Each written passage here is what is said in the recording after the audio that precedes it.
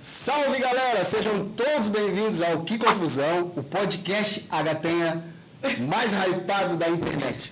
Eu sou o Guto Corrêa e estou recebendo uma galera muito legal hoje, muito fera. Primeiro eu vou apresentar essa menina que está do meu lado. Qual é o teu nome, menina? Apresente-se aí pra galera. Então, galera, meu nome é Agatha Vicente. O que mais que eu tenho que falar, gente? O que tu quiser falar. Agatha Vicente, Sou atriz, querida, sou modelo, rua, comissão de frente, sou a mocinha do RH, sou várias coisas, gente. Eu não sei como eu dou conta, mas eu sou... É isso. Filha do Vicente Marinheiro, dela da Canja. Boa, não só da Canja, né? Tu sabe que Maionese Rosa, exatamente. que já apareceu aqui no episódio do Edson, meu maninho. Isso. Beijo, Edson, amo você. É isso. E é isso. Essa sou eu. E tu estás bem? Estás bem? Tudo certo Tô contigo? bem, tudo tranquilo.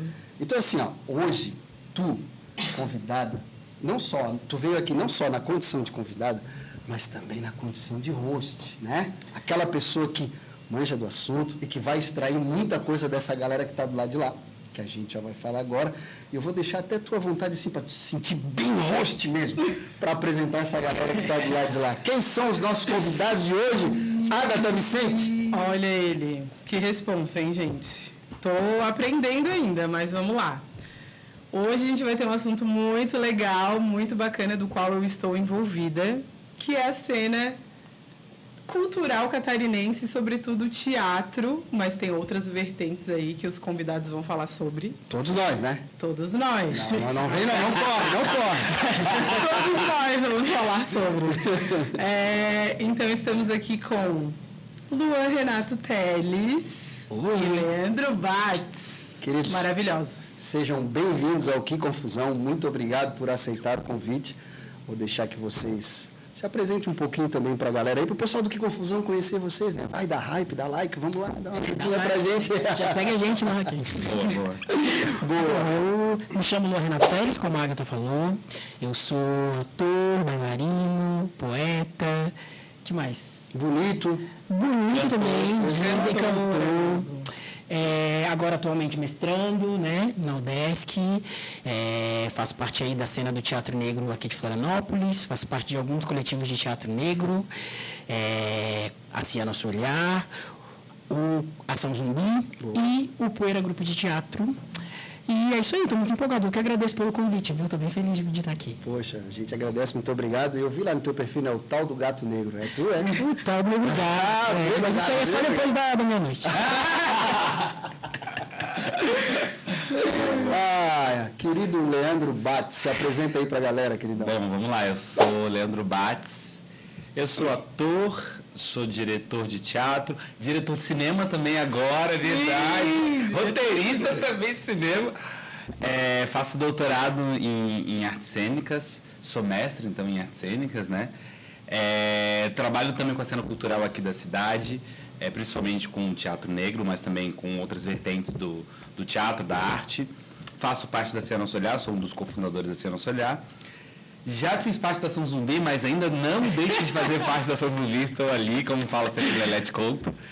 E estamos aí na atividade, fazendo várias coisas, deixando a marca registrada da arte negra. Também agradecer o convite, acho que é sempre bom, importante a gente estar falando sobre esses assuntos, essas pautas. Então, obrigado. Caramba. Amigo, uma vez Ação Zumbi, sempre Ação Zumbi. É verdade. E eu também faço parte do coletivo Ação Zumbi, né, gente? Eu não falei, mas faço parte e eu sou emprestada na Cia Nosso Olhar, porque sempre tem alguma vivência, alguma coisa, eu tô lá no meio fazendo as vivências. Vocês falaram aí na Ação Zumbi, quero mandar um abraço para ele também, que é um grande amigo, também é da cena. Eu já prometi que ele viria aqui, falei dele em outros episódios, ele não veio ainda, a gente vai combinar, que é o queridão, acho que todos vocês conhecem, Sandro Baquel. Nosso grande amigo de sempre aí, mandar um abração para ele. Sandro, beijo. As portas estão abertas, né? Já falamos sobre isso. A próxima a Agatha volta, te traz também, volta toda essa galera, a gente troca mais uma ideia, porque o assunto vai longe, né? Legal. Vai longe. Só que antes de começar o assunto aqui com vocês, eu preciso, né? Primeiro, falar pra galera lá, ó. Antes de a gente trocar ideia aqui, se inscreve no canal, dá o teu like, compartilha com os amigos e conta que essa galera da pesada, está aqui no podcast mais hypado da internet. Isso aí não tem dúvida, isso aí não vamos nem discutir. E aí, preciso agora também fazer o seguinte, pagar as contas, né? E aí, para pagar as contas, eu preciso fazer aquele mexãozinho básico, que é falar da Agora Promotora de Créditos.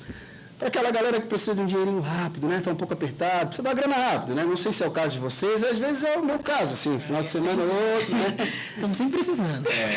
Isso aí. Aniversário do FGTS, aquela coisinha para liberar em até 2 horas, é só entrar em contato com Agora Promotora de Crédito. Telefone 48-3307-8252, ou pega o celularzinho, aponta a câmera para o QR Code que está aparecendo do lado esquerdo da sua tela, dá aquele alô lá e em até 2 horas, dinheirinho no bolso, grana fácil. Pagar depois, tranquilo. Bota lá no boletim, depois resolve isso aí, tá? E aí tem o próximo. Fala, querido Matheus, que prazer te ver aí, irmão. Legal, hein? Satisfação te ver de novo. Não tá tão loirinho, de cabeça raspada. Tá de cabelo preto, né, Cauê? Tá diferente, mano. O outro, para vocês também, negro gato, tão bonito quanto, tão linda quanto. Se vocês quiserem uma roupa para balada, para dar aquele rolê legal também, tem na Java, né? Java Surf Street, localizada na rua Álvaro de Carvalho, 105. Lá é muito democrático. Tem para todo mundo, todos os gostos, todos os bolsos. Melhor lugar que você pode comprar roupa na ilha. Melhor, enquanto tá pagando, é o melhor e não tem história. Muito obrigado, Matheusão. Vamos lá, vamos trocar ideia com essa galera. Agatenha, olha só, faça as honras da casa. Vou deixar contigo. Vou deixar para tu abrir, fazer aquela cena toda e trazer essa galera pro papo e vamos conversar. Tá e vamos deixando a bater um papo responsa sobre. comigo. Boa, né? Tu é fera. Eu sei que tu assume essas responsas e manda ver. E dá conta. Vamos lá. Toca a ficha, Agatenha. Minha convidada ilustre.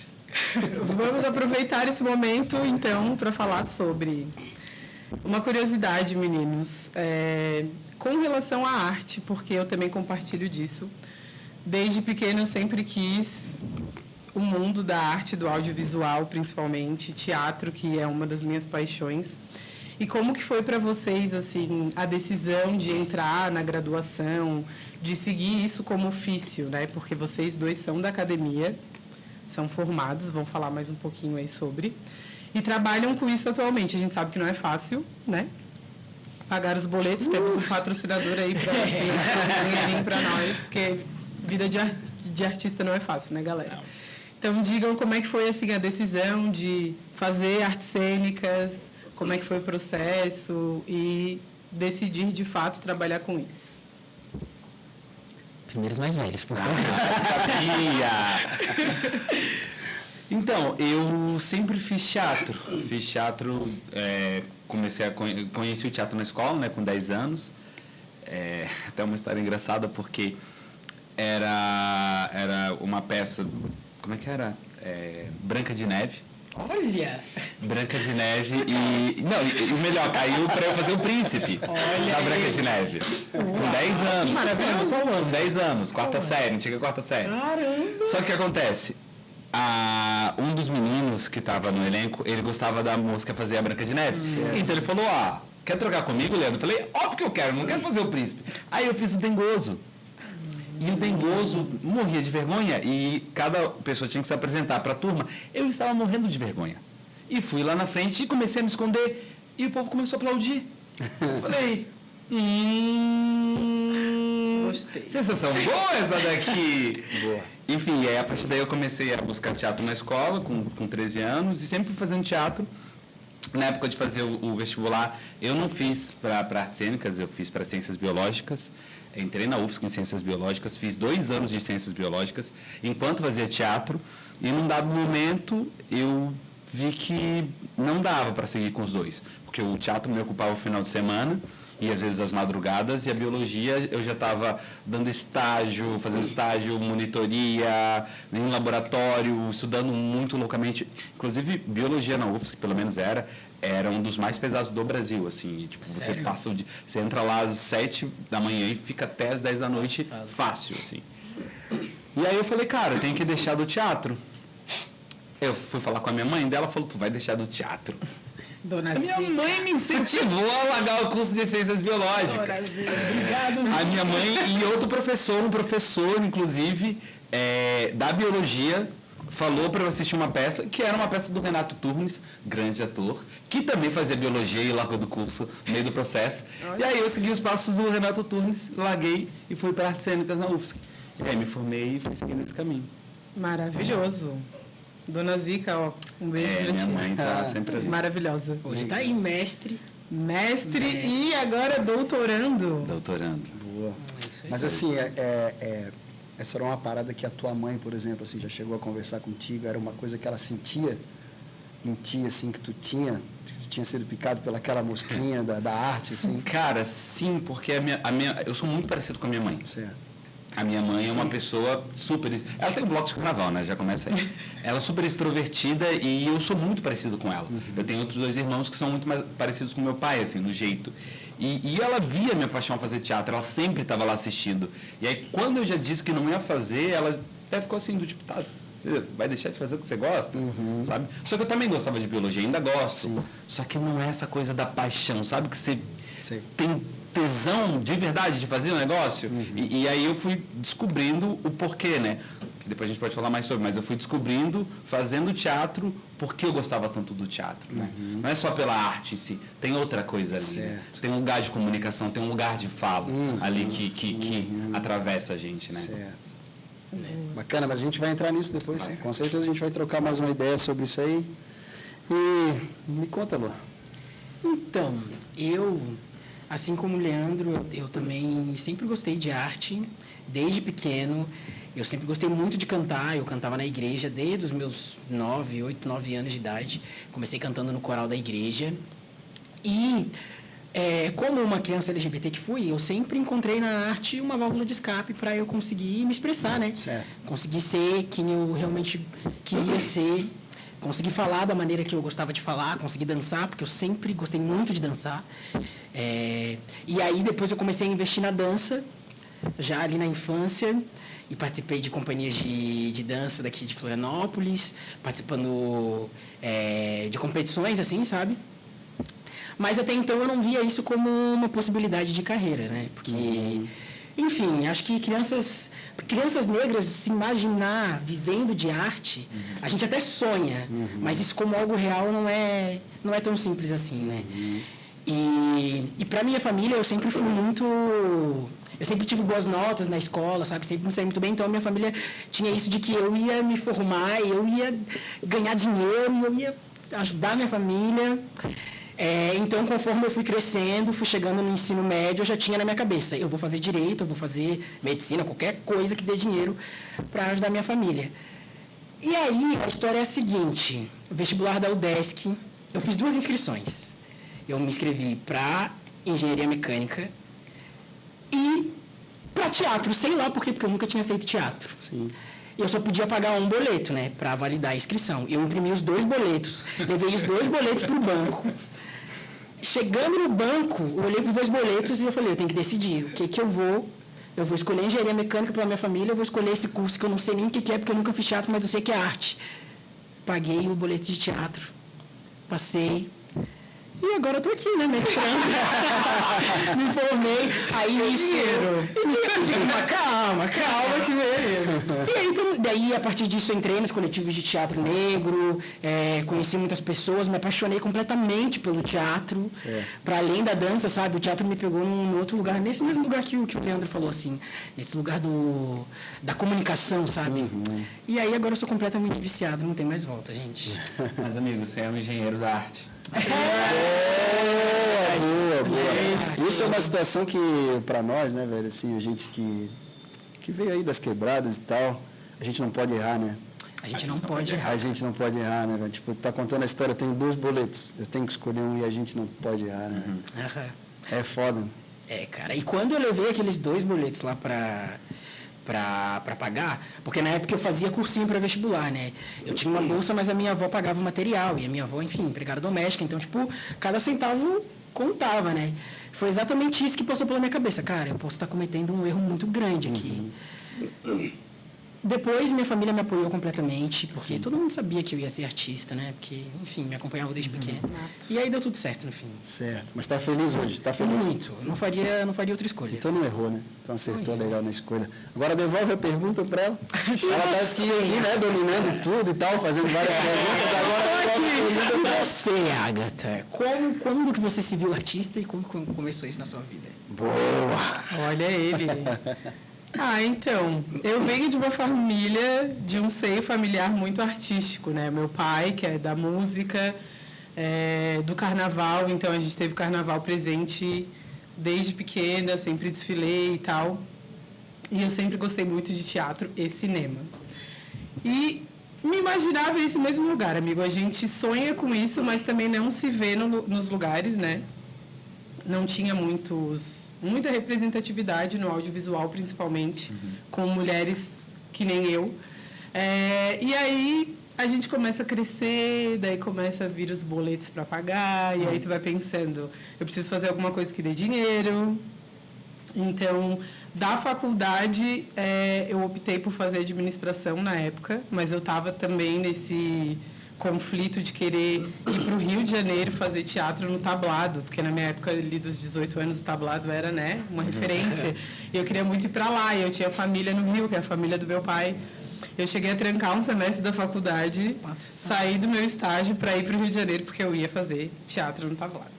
E aí, eu desisti da ideia. Acho que o pai ficou meio doente na época, assim, eu fiquei meio preocupada, não quis ficar longe, fiquei aqui. E aí foram passando os anos. Antes disso, na minha fase de adolescência, eu fiz um teste para Chiquititas. Mentira. Sim, tu me contou Eu isso. queria ser uma Chiquitita, galera. E com a Lelex Couto, que eu trabalho agora, né? Nossa diretora da Ação Zumbi. Ela estava selecionando? Sim, a Lelex E ela do já audiovisual. Não. Amigo ganhou porque o teste era nacional. Sim. Então todas as crianças acho que pararam no Brasil e os seus pais para ir fazer o teste. Nossa, E eu era uma criança muito tímida, né? Então nada a ver, assim. Não tinha um preparo, enfim. E eu lembro da Lelete falando comigo, tem que falar o nome, idade. Eu tinha 12 anos e eu super... Caramba. Meu nome é Agatha, eu tenho 12 anos. Tipo, não era ainda o momento. Entendi. Mas eu fazia sempre em paralelo, né? Projetos sociais, eu fazia aula de teatro, mas fui crescendo e fui indo para o mundo corporativo. E aí agora a minha vida está fazendo o contrário, assim, eu sinto. Eu fui muito do mundo corporativo desde ali da fase de adolescência, início da vida adulta. E agora eu voltei, né? 2019 entrei no Ação Zumbi, a gente está com o espetáculo Amor Negro Amor. Depois do Ação Zumbi já fiz alguns projetos em audiovisual, né? Gravei 2 curtas, figuração, e, enfim, publicidade. E daí foi ao contrário. Vocês Aí sabem tá vindo que aí aos poucos. esse negócio de figuração, vocês sabem que eu convidei vocês aqui para em algum momento eu ser um figurante de alguma coisa que vocês vão fazer, tá? Então você tá do lado da pessoa certa, porque essa daqui, pra estar num comercial, é 2 toques, né? Ah, é? Ela tem que contar, galera. Mas, Guto, o Luan falou que ele queria o direito, porque ele queria dinheiro. Fala você, ele é do direito. Eu? Gente, como é que é? A vida de advogado. Então, é tão doido esse negócio, né? Porque eu também, como vocês, eu gosto desse espaço de fala, né? De conversar, de trocar ideia, de falar. Por isso que eu tenho que confusão, né? Mas, na verdade, a dinâmica do direito foi mais assim, nessa situação de não pode errar, né? Eu fui pai muito cedo, então eu tinha essa circunstância do que eu não posso errar. Eu já tinha um irmão que fazia direito, e à época eu queria até fazer vestibular para outro curso, na UFSC, e conversando com o meu coroa lá, ele falou para mim, cara, até tu passar nesse vestibular aí, nesse curso que tu quer, tu vai demorar um pouquinho, vai ter que fazer cursinho e tal. Entra na faculdade de Direito, e teu irmão já está ali, direito da grana, e tu vai conseguir se posicionar socialmente, ganhar uma grana e tal. E no começo, realmente, o intuito era esse, né? Ter um trabalho. Tipo, eu era caixa de supermercado, eu estudava, mas tive filho, eu fui pai aos 14, 15 anos, né? Nossa. Então, ali nessa fase, eu realmente procurei um curso que eu pudesse me estabilizar e seguir a vida, realmente me estruturar financeiramente. Acabou que eu comecei a gostar do curso de Direito, justamente pela comunicação, porque eu entendia que conseguia me comunicar bem. Eu, na escola, assim, era um aluno Quando eu parava para estudar, quando eu não fugia da escola, eu realmente era um aluno legal, tirava boas notas, né? E, cara, assim, mas eu sempre fui muito ligado à música, à comunicação, sabe? E isso era um conflito que eu tinha durante a faculdade, assim, seriamente. Mas é aquela coisa que eu ficava naquela parada do velho, eu não posso errar. Eu já tenho 2 filhos, eu não sou herdeiro, que nesse meio do caminho eu já estou todo fodido nessa história toda. Eu preciso realmente, irmão, trabalhar e me virar. E aí foi mais ou menos nesse sentido. Só que eu fui criando gosto realmente pelo curso, né?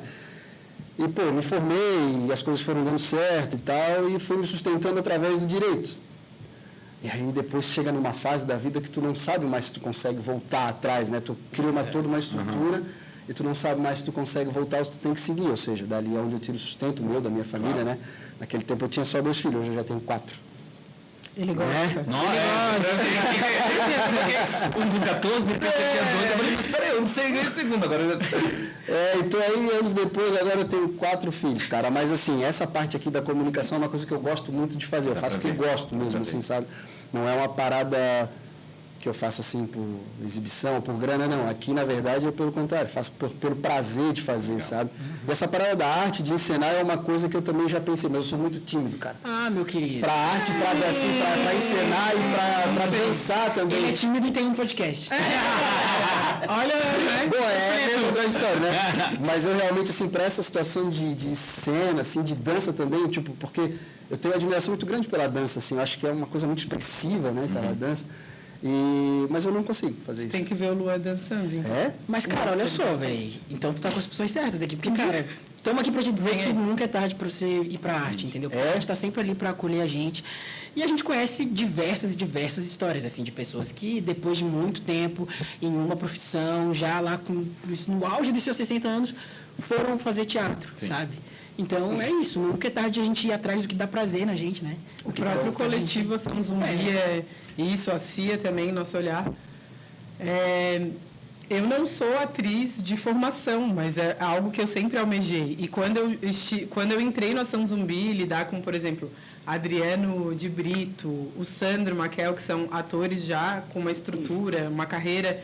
Eu pensava, Leandro Bartz, que estava no início, eu pensava, gente, o que eu estou fazendo aqui? Porque, tipo, eles já estão muito mais à frente e super me acolheram e a gente consegue se desenvolver. E é isso, assim, eu tenho a minha vida corporativa já consolidada e estável, mas eu consegui ingressar na parte artística e estou levando em paralelo enquanto der. Se um dia virar e eu ficar só na arte, assim, ó, é o sonho ainda da gata, vamos ver, né? Cara, eu falei do Sandro aí, eu me recordo quando o Sandro entrou na faculdade de artes cênicas, eu me lembro bem, assim, porque a gente fazia aqueles pagodes lá no Morro do Céu, né? O Sandro ia direto, o Sandro é muito amigo do Anderson Queiroz e tal, então a gente se encontrava muito ali. Eu lembro bem, cara, assim, eu falei, o Sandro... É pica, né, cara? Assim, tipo, tu ter coragem de fazer o que tu quer, o que tu gosta, né? E porque eu tava me encaminhando pra faculdade de Direito, um pouquinho de pressão da família e tal, pensando no financeiro. E aí eu, cara, porra, que massa, assim, quando o cara, tipo, escolhe eu querendo ser músico, eu querendo fazer outras coisas. Pô, mas se eu for músico, não vai dar muito certo essa parada toda. E aí, pô, o Sandro, assim, até falei isso no Poet Soul, no outro podcast, que o Sandro... acabou para mim, né, naquele momento, sendo uma referência, assim, de cara negro que foi buscar o sonho dele, né, de viver da arte. E a gente vai entrar um pouco nisso também, mas, assim, antes de a gente entrar, queria dizer para vocês, assim, que vocês sabem que vocês estão fazendo história, né? Assim, que vocês estão fazendo história, independentemente do retorno financeiro ou não, vocês estão fazendo história, né? Que vocês sabem que a molecada de hoje, e no meu tempo, a molecada não tinha essa referência, e aí eu vou perguntar para vocês depois sobre isso, o porquê que vocês realmente chegaram e foram para a arte, sendo que a referência era bem pequena, né, de atores negros consagrados, assim, nível Brasil, tá? Vamos falar aqui a nível Brasil. E hoje já é diferente, com as redes sociais, com as mídias, vocês estando em vários espetáculos e divulgando o trabalho de vocês são referências para minha filha, que é uma menina preta e que já está vendo hoje a Agatha atuando, já está vendo mulheres negras atuando, homens negros atuando, né? A história negra sendo contada. Então, assim, para não falar isso lá no final, agora que o pessoal está assistindo, quero deixar claro aqui para vocês aqui e dar os aplausos para vocês e reconhecer que vocês estão fazendo história. Vocês são referência para essa juventude aí, com certeza. Mais para frente a gente vai ver muito mais atores e atrizes negros, né? Justamente porque vocês estão se colocando aí na linha de frente de toda essa cena. Legal. E é referência em dobro porque eles também são da academia, né? Sim, Além de sim, estarem atuando, sim. eles permanecem na academia, Exato, no mestrado, no exato, doutorado e exato. ainda em artes cênicas. Eu acho isso muito incrível. Muito Exato. incrível. Sou muito fã, né? E vamos falar um pouquinho sobre isso, sobre essa parada da cena, assim, né? Como foi para vocês essa entrada, essa parada mesmo assim, principalmente no teatro, né? Que o teatro negro em si, hoje a gente tem visto mais, mas eu confesso para vocês, eu tô com 41 anos, né? Então, lá no começo, quando a gente não via muito, né? O que chamou a atenção de vocês assim mesmo? Era a arte, era o teatro, era algum ator, atriz, negros e tal? Conta um pouquinho pra gente, assim, dos três, né? A pergunta pros três, assim, nesse sentido. Olha, eu acho que o que me chamou a atenção primeiro no teatro negro foi o senso de coletivo. Certo. A ideia de estar com outras pessoas que passaram pelas mesmas coisas e que passam pelas mesmas coisas que eu passei. E que por estar nesse lugar, algumas coisas eu não vou ter que explicar porque essas pessoas já vão entender. Certo. Essa foi a primeira coisa que me chamou a atenção e me deu vontade de me enfiar em tanto coletivo de teatro negro, por isso que hoje eu estou em 3. Porque é isso, tá ali com os nossos. Eu estava dentro da universidade quando eu comecei ali na UDESC, atuando com várias pessoas e tal, mas ainda assim me sentindo deslocado por ser uma das poucas pessoas negras dentro do curso, né? E quando surge a vivência, que depois ia se tornar Nosso Olhar, que daí eu vejo aquele tanto de gente negra fazendo teatro junto, cara, aquilo foi... Nossa, eu preciso estar aqui. É unir uma coisa que eu tô um amor que eu estou descobrindo, né, que é pelo teatro, com quem eu sou, que é uma pessoa negra nessa cidade. Então, isso me chamou muita atenção, né? E essa corrente que se forma, né, de a gente conseguir se proteger, se defender, porque a gente está em Florianópolis, né? Então, ser um ator, uma atriz negro aqui em Florianópolis tem os seus desafios, que envolve racismo. Então, a gente tá com os nossos, fazendo teatro com os nossos, tem essa importância de estar protegido. Para mim, foi mais por esse lugar. Para tu, nego.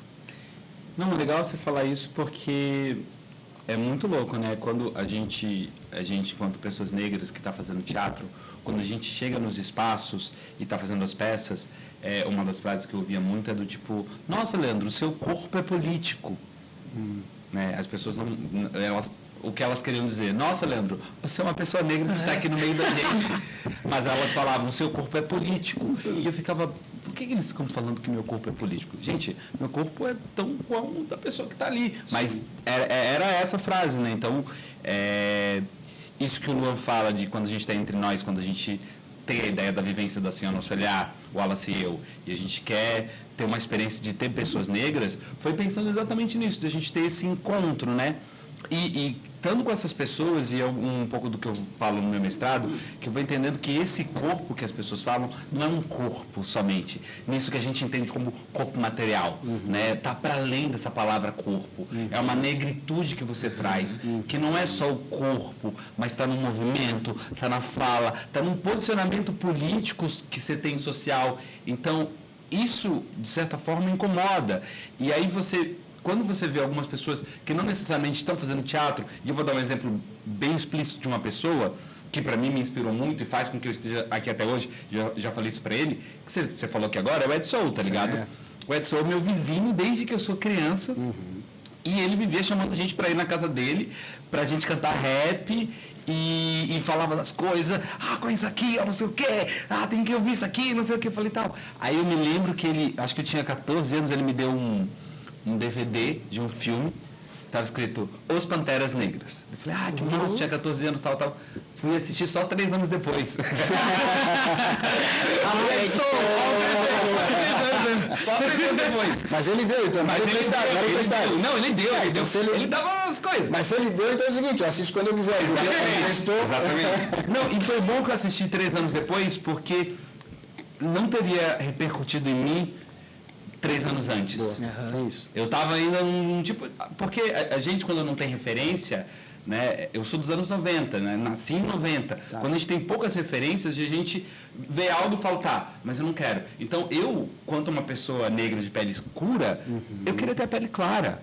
Então, eu não tinha essas coisas. Então, quando eu assisto os Panteras Negras, entendo um pouco o movimento dos Estados Unidos, e aí me fala um pouco sobre o movimento no Brasil, aí você começa a pesquisar, você vai entendendo, peraí, eu estou aqui agora e não sou fruto de algo do nada, só da minha mãe ou do meu pai. Muita gente lutou para que eu estivesse aqui com 17 anos, tendo a oportunidade de escolher o que eu vou fazer vestibular. Primeiro da minha família a entrar numa universidade pública, tá ligado? Então você percebe que não é do nada que você chegou ali, né? Então essas referências são muito importantes e Edson é uma delas, né? Exato. Não, para todos nós, né? De modo geral, eu já citei várias vezes em vários podcasts aqui que ele é uma referência. E essa questão da influência musical, né, ideológica, assim, o que eu citei no podcast que eu fiz com ele, foi também, ele me pegou muito cedo, assim, novo, 10, 9, 11 anos, sei lá, nessa fase, eu não me recordo muito bem, porque faz um tempinho, né? E mais ou menos isso, assim, cara, escuta isso aqui, Tupac na época, né? Escuta isso aqui, mano, isso aqui vai entendeu? Conhece Malcolm X? Então vai aprender aqui, é legal, dá uma lida. E o cara curioso no tempo, que ele morava nesse tempo na Malária ali, no Morro do Céu, um ao lado do outro, né? Ele diz que vendia picolé como ninguém. Não, há controvérsia nesse história. Então, cara, ele é um cara que me influenciou bastante, assim, e, cara, ele é dos nossos e é um vencedor, né? É uma referência, um vencedor ali, ele é um cara que a gente tem que aplaudir sempre, assim, e exaltar sempre, porque o que ele faz é foda. É foda. Maravilhoso. Ele me inspira muito também. E a gente precisa de vários Ed Souls, né? Vocês estão nessa posição, tipo, de incentivar as crianças, de mostrar, de ter abertura para isso. Quando o Lê falou da questão que viu o DVD 3 anos depois, eu acho que a arte também é um pouco esse lugar para mim. Eu acho que se eu tivesse investido na arte lá com os meus 18 anos, eu não tinha o letramento que eu tenho hoje em dia, eu não me entendia enquanto esse movimento mesmo de mulher preta retinta e tal em Florianópolis.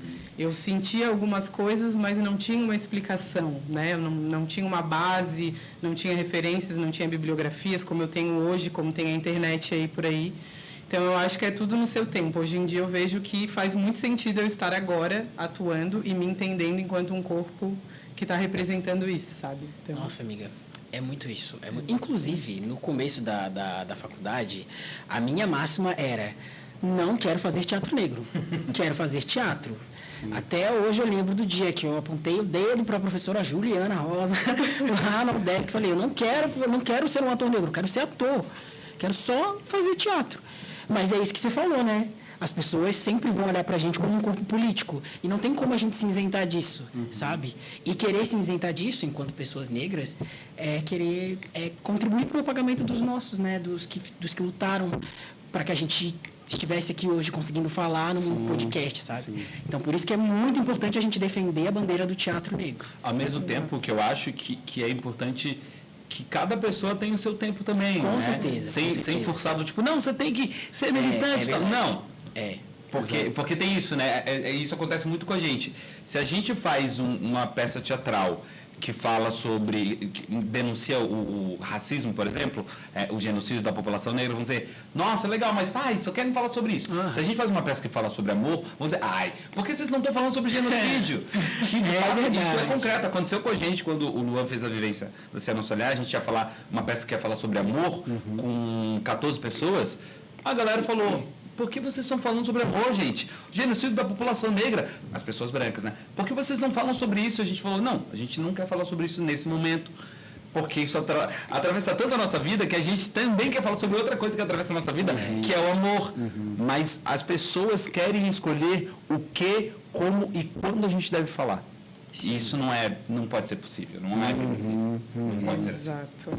A gente teve um debate aqui, e aí isso acaba envolvendo muito, né? Teve até a questão do rap, e até me posicionei aqui conversando com o Ruth sobre isso, porque eu entendo que hoje a gente tem Djamila, a gente tem muita gente legal, a gente tem livro, mas a comunicação sobre aquilo que pertence a gente, né? De modo geral, negros, periféricos e tal, vinha muito pelo rap, né? O rap era o meio de comunicação, né? O nosso espaço de fala acabava sendo o rap, naquele tempo, né? Hoje tem mais, né? Então aqui a gente estava falando um pouco sobre isso, sobre, tipo, o ator negro, o rapper, ele carrega tudo isso com ele, né? É sempre dobrado. Não basta só eu ir ali atuar e fazer a minha cena e ganhar a minha grana, né? Não, é dobrado. Eu tenho toda uma questão de representação realmente política e tal. Tu até estava falando um pouco o quanto tu critica um pouco, né, um pouco isso, assim. E a gente estava falando sobre essa questão do rap, assim, eu até me posicionei, assim, foi um pouco polêmico, porque eu disse que o rap era compromisso, que o rap pode falar de amor. Pode ser um pouco comercial, porque a gente precisa pagar conta, as pessoas precisam pagar a conta também, né? Mas que eu entendia que não podia falhar o compromisso. E vocês acham que isso se estende também para o ator negro, assim? Porque no rap realmente tem aquela coisa do compromisso. O rapper pode falar de amor, pode ganhar grana, mas eu entendo que é um movimento que não pode ir só para esse lado. Ele não pode abandonar a raiz dele nunca, porque aquele ali realmente é o espaço de fala do povo periférico, do povo preto. O rap é isso. Ele tem esse compromisso, ao meu sentir, né? E eu acho que ele não pode perder essa essência. Ele não pode só falar sobre isso. Até o Mano Brown ali no documentário que tem na Netflix, ele fala sobre isso, né? Sobre, porra, cara, o rap só falava de sangue e tal, era um rap pesado e tal, mas o tempo foi mudando, a gente foi para outra coisa. Mas mesmo talvez suavizando um pouco mais, eles não perderam a essência, não perderam o compromisso, né? De mandar a mensagem, né? E vocês sentem que para vocês, assim, tem esse peso dobrado, assim, tu acabou de falar, né? Tipo, mas a todo tempo, a todo momento, o ator negro sempre tem que representar isso, assim, né? Eu acho que, assim, isso é algo que acontece naturalmente quando uma pessoa negra ocupa um lugar de fala, ocupa um espaço, ocupa um microfone, sabe? Independente do que a pessoa negra vai estar falando ou não, aquilo vai ser político, porque é uma pessoa negra naquele espaço, sabe? Então, mesmo a gente fazendo uma peça falando sobre amor, a gente ainda era um coletivo negro, todo negro ali, 14 pessoas no palco falando sobre amor, sabe? Isso é muita coisa. Sendo que tinha gente ali no palco que já tinha passado dos 23 anos, que é a expectativa de vida para um jovem negro, sabe? Aqui no Brasil. Então, isso já é político por si só, sabe? O rap, ele tem esse lugar, né, do quinto elemento, que é o conhecimento. No teatro, isso não está muito declarado, mas tá. É assim, tudo que a gente fizer vai ser político. Na minha opinião, na minha visão, arte e política caminham juntas, sabe? Aliás, para mim, arte é resistência. Arte é resistência. Se você vê alguém que se autodenomina artista ou algum trabalho que se propõe a ser um trabalho artístico e não tem resistência envolvida ali no meio, desconfie. Desconfie. E o nosso, a gente não estava declarando isso, a gente não estava ali escrachando, a cada 23 minutos morre um jovem negro. Mas mesmo assim era visível a resistência, que foi preciso muita resistência para que aquelas 14 pessoas subissem ali naquele palco e interpretassem uma peça no TAC, no centro de Florianópolis, sabe? Tarzan no Novo Olhar. Tarzan no Novo Olhar. Exatamente. Tá no YouTube. Boa, Na pandemia acabou filmando, tá lá, Tarzan no Novo Olhar. Vocês apresentaram no cinema do Shopping Beira-Mar também, eu acho. Porque virou um filme, e aí um longa, que tem, no começo tem um documentário que o Edson participa, a Dona Uda, a minha mãe e mais uma menina jovem, e aí a gente acabou fazendo o filme transmitido lá no Shopping Beira-Mar. Foi em 2021. Bacana. Porque isso também, ó, olha só, eu tive a minha família no cinema para me assistir, sabe? Bacana. A minha avó, Bacana. a minha A tua avó mãe, é tudo, né? sabe? Elas estavam lá me vendo no cinema, entendeu? Como é que isso não é político? E vai ter de sabe? novo daqui a pouco. E muito em breve vai ter de novo, porque vai pro cinema também, né? Exatamente, cinema Depois a gente nacional, né, fala minha sobre gente? É isso. Daí, Agapenha, Pode falar, eu acho, agora. vocês né? podem falar sobre tudo, o que tu quiser. Aqui o nome do podcast é o seguinte, é o Que Confusão. Mas não é uma confusão ruim, é uma confusão boa, é uma confusão de ideias, é uma troca de ideias, né?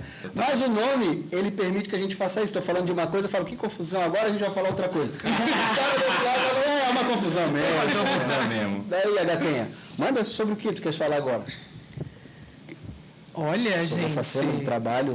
Sobre o trabalho. Os meninos falaram da questão. A gente falou sobre a academia, sobre a graduação e tudo mais. Vamos falar sobre os projetos atuais, né, desse povo. Vamos falar, mas antes de falar sobre os projetos atuais, desculpa, né? Pô, tô sendo chato, metido, te atrapalhando.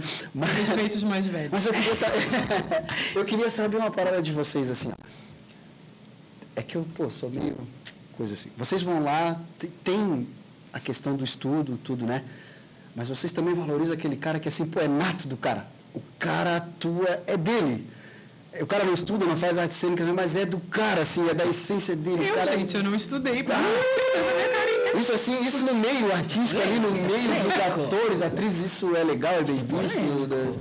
Ah, cara, pô, fiquei curioso agora de saber isso. Então, eu tenho uma parada que eu falo, eu dou aula também de teatro, então quando eu dou aula eu costumo falar isso, quando eu dirijo eu também falo. E não, porque não é só sobre estudar na academia e tal, mas eu acho que pra mim, a qualidade de uma atriz, de um ator em cena, é 95% trabalho e 5% é talento. Que eu já não gosto muito dessa palavra talento, né? Certo. Porque a galera associa como um dom, uma dádiva. Eu acho que sim, tem muita gente que tem facilidade. Só que às vezes, mesmo que a pessoa tenha facilidade, ela tá trabalhando em casa. Essa coisa do tipo, pegar na frente do espelho, filmar e tentar fazer, isso também é trabalho. Sim. Talvez não seja o que está fazendo na academia, talvez não seja ler Stanislavski, ler Grotowski, mas é uma prática que você está tendo de trabalho. Então, eu acho que quando uma pessoa como a Agatha mesmo citou ela não tem formação acadêmica em teatro, mas ela vai no meio da galera que faz teatro, se esforça, decora um texto, memoriza, trabalha em casa, se esforça. Quando ela sobe no palco, ela é aplaudida de pé, porque ela é foda pra caralho, porque ela trabalhou. Coisa linda, bobo. É preciso dizer uma coisa sobre a Agatha. Ai, meu Que Deus. a nossa peça é uma peça gigante lá do Amor Negro Amor. Eu fui, já vi. Você assistiu? Eu fiquei tão orgulhoso quando eu vi a Agatha lá de Linda, né? Fiquei orgulhoso. E eu vou te Minha dizer- amiga ali, cara, que massa, velho. E eu vou te dizer que a Agatha, ela não sabe só as falas da personagem dela, ela sabe todas as falas de todo mundo. Se a gente precisa de alguém pra substituir alguma personagem, alguém que faltou que não vai poder ir, é a Agatha. E eu sou diretor assistente, cara, e eu não sei todas as falas, mas a Agatha sabe. É. Cara, eu tenho essa Eu vou assistir facilidade. mais vezes também, porque qualquer coisa assim, ó.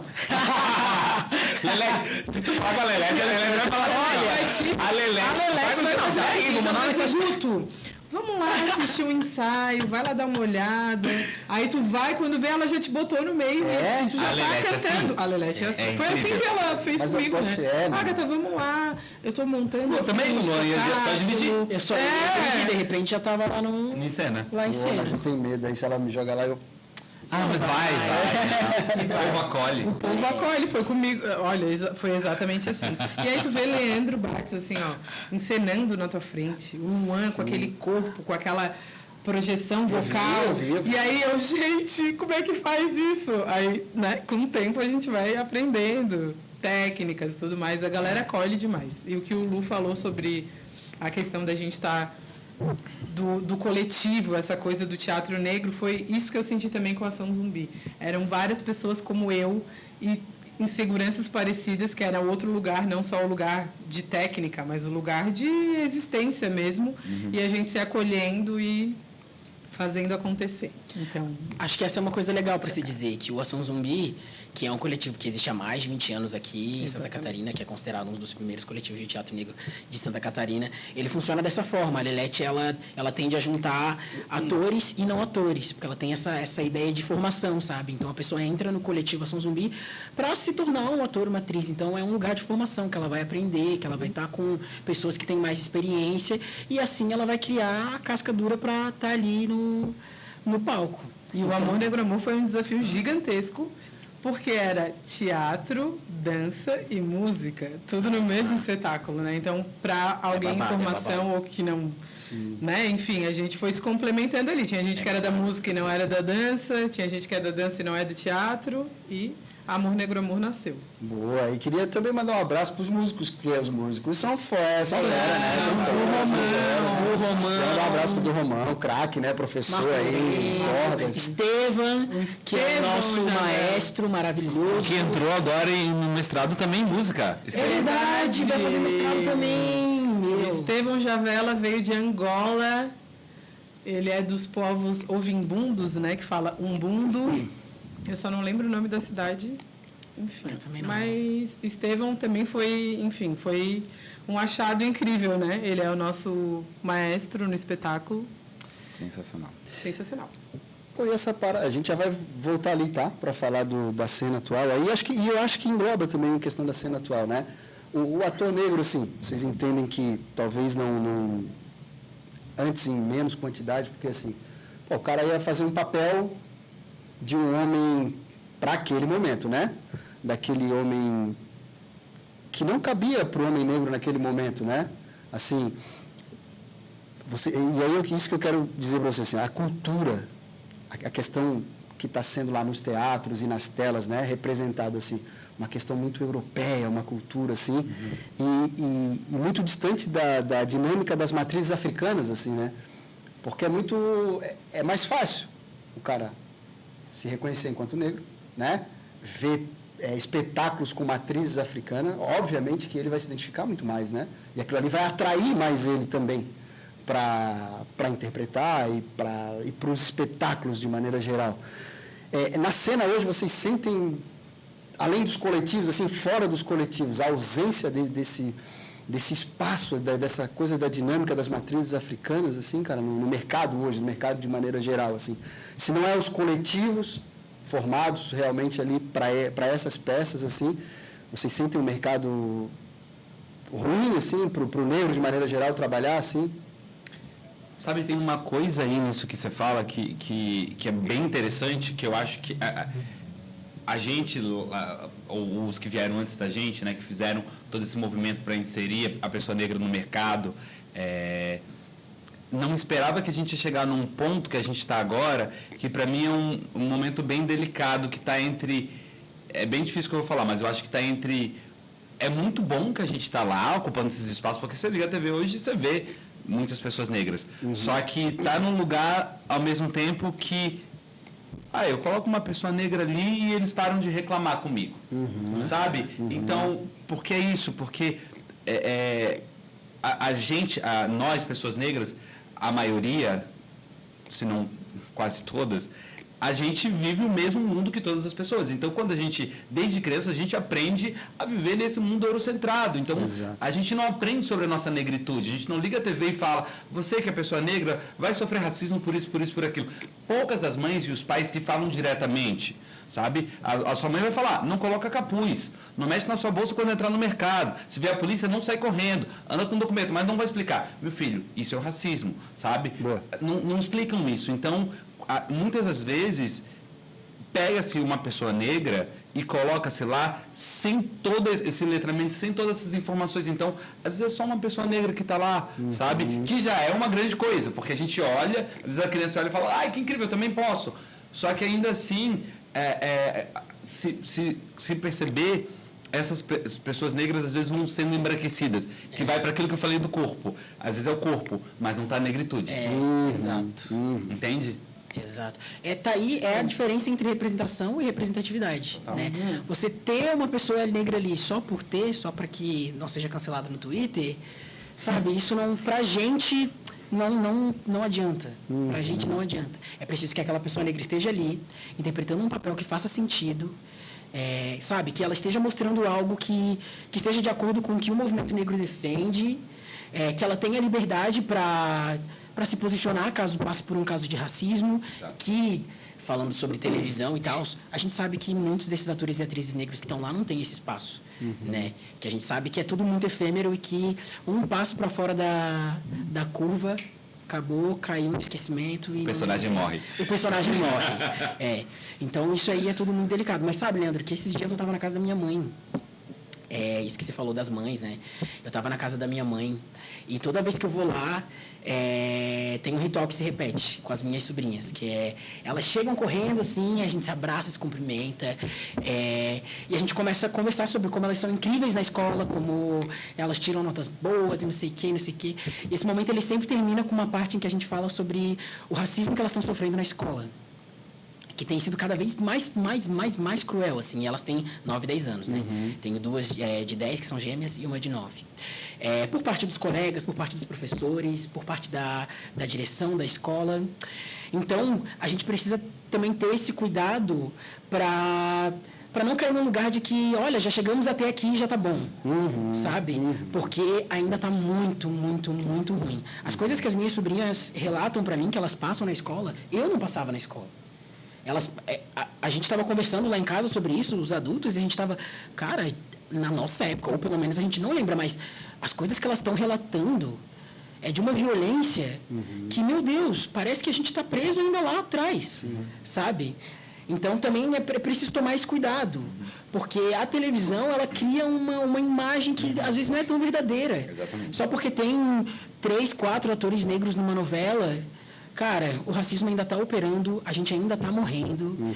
E é aquilo, arte é resistência. E por que é resistência? Porque eu não tenho tempo para não resistir, sabe? Tipo, pô, olha aí, minhas sobrinhas, elas estão sofrendo na escola racismo. Eu não tenho tempo para ser o Romero Brito, que faz uma arte pela arte, sabe? Eu não tenho tempo para isso, não. Eu tenho tudo que eu fizer, toda arte que eu fizer que sair dessas mãozinhas aqui, vai ser resistência, né? A gente tá morrendo, cara. Infelizmente, né, amigo, ainda. Complicado. E aí, Agatenha? Não, eu acho que o que os meninos falaram é muito pertinente, assim, essa questão da representação e não representatividade. Mas eu acho que isso transparece quando a gente vê, né? A gente consegue sentir que não está sendo real, que não é verdadeiro aquilo, enfim. E eu ainda percebo que a indústria é muito estereotipada, né? Muitos personagens que só colocam os negros e negras naquele tipo de personagem ainda, naquele tipo de situação, né? Majoritariamente são procurados para isso, para o traficante, para o bandido, né? Para uma mulher, isso, empregada doméstica, ou, né? Não que não sejam atividades nobres, né? Mas que sempre nos colocam nesse lugar de subserviência e não em lugares um pouco maiores. E ainda quando tem, não é aquela representatividade, não vem com aquele gosto meio que estamos aqui. É uma coisa muito fake, assim. Não transparece algo real mesmo, né? E é isso, a gente tem que continuar fazendo arte, resistindo, para que as tuas sobrinhas e outras crianças continuem nessa mesma luta que a gente, mas a gente espera que esteja um pouco melhor. Quando eles estiverem com a nossa idade, que esteja melhor. E assim vai, Vai né? estar. A gente está lutando para isso. Teve um caso, né, do menininho que se sentiu representado pelo Vini Júnior, o jogador. Sim, A galera estava falando bastante. Sim. Porque, né, Sim. E ele entrou em contato com o menino, né, parece. Eu acho que cara, coisa mais sim. linda. E agora, lembrando disso, eu fiz uma publicidade há pouco tempo, que eu figurei uma mãe de uma criança que ia para uma consulta pediátrica e o ator mirim que estava comigo, ele estava com o mesmo corte do Vini Júnior, de cabelo. E aí eu, nossa, que cabelo bonito, tá igual do Vini Júnior dele. Ele ficou todo assim empolgado. Então, tipo, são coisas mínimas, mas que faz diferença. Acho que se eu fosse criança na época e visse mais atrizes de trança ou de cabelo black, eu ia achar incrível, eu ia querer o cabelo igual. Com certeza. Né? Então, Pô, a gente não teve isso na a nossa gente infância, não cara. teve. A Eu gente tive. viu há pouco tempo um filme da Disney que a princesa tem um cabelo de trança. A gente viu com a Valentina e com Exatamente. Legal, né? A Wish, trança né? mesmo. É Wish, né? Não lembro o nome do filme, mas é bem Isso, Bem legal, bem legal. Cara, tu sabe que assim, a gente até falou um pouco sobre isso, tem essa questão também. Quando a gente não normaliza o negro em determinada posição, o racismo está claro. É a evidência do racismo. Quando a gente não normaliza o negro em posições, vamos colocar assim, sociais elevadas, aí, agora aí é que está claro, né? Exatamente. E quando a gente normaliza o contrário, sendo, né, nas funções ali que resta, o que resta aqui, vamos colocar, o negro serve para ser jardineiro, para vocês, né? E eu trago... O racismo está claro nisso, né? Eu confesso para vocês que, assim, a minha filha, né? Então, assim, eu, na verdade, os meus filhos, eu tenho duas meninas hoje, uma menina que tem 7 anos, eu tenho uma menina que tem 3. Estou olhando, se vocês olharem para as duas, vocês vão... Mas elas são irmãs mesmo, porque, tipo, uma mãe é branca, a outra mãe é preta, né? E a minha de 7 anos, cara, durante muito tempo ali, com a parte da minha família, que em si é toda branca, né? A minha filha estava sendo criada ali. E eu percebia que, em alguns momentos, ela estava deslocada, mas ela estava buscando aquela identidade ali que não era uma identidade... Ou seja, o estereótipo, de maneira geral, não é a identidade dela, o fenótipo dela, né? Não é. Tu olha ali, tipo, a minha filha é uma menina negra, tu olha para ela... Elas parecem muito contigo, tá? Nossa, uma verdade. Elas parecem muito contigo. Então, ela é uma menina negra. E, cara, eu fiz todo um trabalho, desde pequena, com ela, para ela entender isso, né? Para ela saber onde estava o espaço dela, quem ela é na sociedade, né? De modo geral, eu precisei fazer isso. Então, assim, eu senti muita diferença. No começo, ali, a menina com 4, 5 anos, o quanto ela estava deslocada, justamente por causa da falta de referência. Sim. De olhar na TV... e ver mulheres brancas bem-sucedidas, né? Meninas brancas riquinhas nas histórias e as meninas pretas não. E eu fui trabalhando isso com ela, tipo, e a gente foi. Então, hoje não, hoje tu sente, assim, que ela tem essa identidade mesmo, assim, Não, eu sou uma menina preta, eu sou uma mulher preta, minha mãe é preta, eu me pareço com a minha mãe, eu não sei o que e tal, meu pai é advogado, eu vou vencer na vida, eu não sei o que e tal, né? Até apresento para ela também outros pontos, outras referências, assim, cara, e tem sido... No começo foi um desafio, assim, sabe, fazer isso, assim, mas hoje ela já absorveu isso, ela incorporou essa identidade, assim, e eu já estou bem tranquilo, assim, de saber que a gente está no caminho certo e que ela realmente vai... Cara, isso é muito, muito, muito importante, porque a gente precisa blindar os nossos pequenos, a gente precisa ensinar. Infelizmente, a gente precisa ensinar para os nossos pequenos o que é racismo. As minhas sobrinhas, elas identificam, elas vêm para a gente e dizem, ó, sofri racismo, foi assim, assim, assado. E que para mim é um pouco assustador ver uma criança de 10 anos dizendo, caramba, sofri racismo, mas é preciso. É preciso. É preciso. Ainda é preciso. Ainda é preciso. Mas as crianças realmente... elas surpreendem também, né? Porque eu tenho um ciclo de amigas todas mães. Tem uma delas, a Jennifer, a Maria Alice, que também é do audiovisual e tudo mais. Uma mini diva. E ela é super empoderada, e ela ama o cabelo, e ela faz vários penteados. E assim, eu vejo a diferença. Ela tem um brilho no olhar de se posicionar enquanto uma menina negra de black, mas ao mesmo tempo ela não está livre de sofrer algum tipo de preconceito. Sim. Mas é um trabalho em casa mesmo. A minha comadre, né, a Jennifer, procura sempre estar incentivando, falando com eles. O Thales, que é o meu afilhado, agora fez trânsito, então ele está se achando 7 anos fazendo trânsito. Então, tipo, são coisas pequenas que alguém pode olhar e não dá muita importância, mas para mim significa muito, né? Um menino de 7 anos querer fazer trança no cabelo. Sim. E a Maria também, com toda a vaidade dela de estar indo para a escola. Eu acho que isso é bem importante. E voltando no que tu falou da questão dali das representatividades, eu vejo muito isso no mundo corporativo. Essa coisa de tem cara ou não tem cara disso ou daquilo. Uhum. Né? Eu trabalho num hospital oncológico, então eu vejo poucos médicos negros. Eu acho que de toda a minha jornada ali eu vi uma médica oncologista negra. E a gente de vez em quando escuta, tipo, mas nem tem cara de médica, né? Qual que é a cara de médico? Quando eu vejo a pessoa falar isso, esses tempos a gente contratou uma menina que era secretária da direção.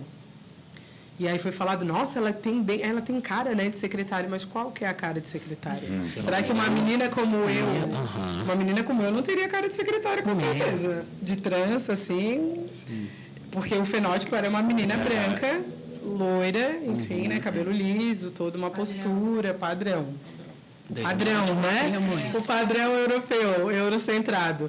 E aí, essas coisas eu costumo trabalhar, e tanto na arte, enfim, a gente provoca isso, quanto no mundo corporativo, que eu possa levar e fazer essas provocações, até porque eu trabalho na área de gestão de pessoas, né, que contrata pessoas e tudo mais, então eu tento trazer isso e despertar esse olhar, tirar esses vieses assim inconscientes que as pessoas falam, reproduzem num automático e às vezes nem se percebem do que estão falando, né? Sim.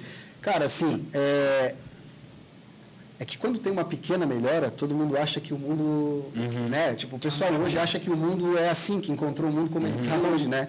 Tipo, 3 negros bonitos, com os penteados, né? Tipo, do jeito que é, do jeito que eu gosto, do jeito que eu sou, meu cabelo é assim, acabou. Se tu optar amanhã por alisar o cabelo, tudo bem, mas aí optou, não é obrigado isso para se encaixar em algum lugar, né? O Thiaguinho fez um vídeo uma vez ali, eu até repostei, falando sobre isso, sobre a menina do baile que queria dançar com ele, e ele, tipo, mas comigo? Para ele aquilo era um absurdo, tipo, mas comigo? Todo tímido, eu? Entendeu? Tipo, eu, preto, né? Eu era tímido por causa disso, ninguém na escola queria me beijar, ninguém na escola queria andar comigo, porque, tipo, porque eu sou um cara... Mas assim que ele se sentia, mas porque... E daí as pessoas às vezes não entendem que ele não se sentia assim, ele não saiu de casa se sentindo assim. Exatamente. Entendeu? Ele não saiu, eu nasci, eu olho para o mundo e eu estou me sentindo assim. Exatamente. O mundo fez ele se sentir assim. Exatamente. O mundo hoje a gente vê, ainda não estamos no melhor cenário de todos, mas eu queria que as pessoas tivessem visto esse processo, para que elas entendessem o quanto foi difícil, tipo, para vocês chegarem aqui e assumirem as suas identidades como vocês são. Nossa. Entendeu? Foi um rolê. Quem vê close não recorre. Cara, sabe assim? Foi um rolezão. Tu vendo esse tempo todo assim, cara, pô, eu fui criado, a Carmen Lúcia, minha prima, né? Mulher preta, assim, a minha primeira amiga de infância, assim, minha prima, a gente tem quase a mesma idade, ela é 2 anos, talvez mais velha do que eu. A gente ia sair, quando nós éramos adolescentes, cara, e ela esquentava o ferro, E ela alisava o cabelo. É o clássico. Certo? Não, no papo sério, pô. Pra chegar com o cabelo Pente daquele quente, jeito que eu... pente quente, chapinha do fogão. Eu falo pente quente, desculpa. Mas era lá em isso. Vários casa coros rolava cabeludos isso. queimados por A aí. criança também sempre foi apresentada muito cedo. Muito cedo pra se muito enquadrar cedo, no padrão, né, A cara? gente vê a galera ali fazendo transição capilar, que hoje, tipo, graças a Deus tá bem na moda, todo mundo tá fazendo, tratamento, né? E elas falam mesmo, meu, é muito difícil eu me aceitar do jeito que eu sou natural, porque eu sempre fui apresentada pra química, e essa A Agatha transição é fez. Muito, nossa. É A minha difícil, transição né? faz uns 10 anos, eu acho, mais ou menos, e eu não me via de cabelo crespo, de forma alguma, usar pente de garfo. Eu pensava, como assim, gente? E hoje em dia eu penso, nossa, demorou. É todo um processo que as pessoas às vezes olham superficialmente, ai, agora tá na moda, né? Vocês estão... Realmente. Não, meu anjo, não é moda, assim, é toda uma desconstrução em cima do cabelo. Dolorosa, né? Muito dolorida, enfim, a gente tem a Gisele que falou sobre isso, né? Um espetáculo. Eu acompanho ali no Dica. TikTok, tipo, claro, eu acompanho, eu fico ali vasculhando, porque é interessante a gente ver essa diferença, né? Uhum. Pra gente entender também, tem duas meninas que são, né, cabelo diferente, aí eu vou lá fazer um penteado em uma, faço na outra, a Valen falou, não, faz uma trança, a Valen agora tá na vibe da trança. Então a gente começa a buscar a raiz ali da situação para que ela se identifique mesmo. Assim, O sabe? engraçado ali nas minhas duas meninas é que assim, a Alice é bem loirinha, com o cabelo bem lisinho, mas ela olha pra Valentina e fala, mas eu queria fazer o cabelo igual da Valentina. Aí vem a Valentina como referência, né? Que a Valentina é a mais A velha. Valentina é mais velha. A cacheada. Cacheada. Maravilhosa. Mas pode falar, amigo. Não, só ia pontuar uma coisa muito valiosa nisso que foi dito, porque eu acho que aí são duas coisas que é legal pontuar, que eu demorei para entender, porque eu também sempre me considerei uma criança tímida, um jovem tímido, um adolescente tímido. Depois de um tempo que eu entendi que não era timidez, era só racismo mesmo. Uhum. E aí vai para o outro lado, que muitos dos meus amigos, colegas brancos, eles nunca foram tímidos. E eu entendi que não era que eles não eram tímidos, era só privilégio branco. Nossa, sim. Que é isso, assim, do tipo, você sabe que se você sair de casa, por mais que às vezes sua mãe e seu pai não te diga especificamente sobre o racismo, te dão várias indicações que te colocam no lugar de uma caixinha que você não pode fazer muita coisa. Que acontece diferente com o menino jovem branco, principalmente se for de classe melhor. Sim. Ele pode tudo. Então ele cresce podendo tudo. E a gente cresce podendo nada. Exato. Então isso vai dando a diferença de coisas do tipo, eu não quero sair de casa. Isso para mim voltou a aflorar na pandemia, porque quando estava terminando a pandemia e eu saí de casa, falei, o que eu estou fazendo fora?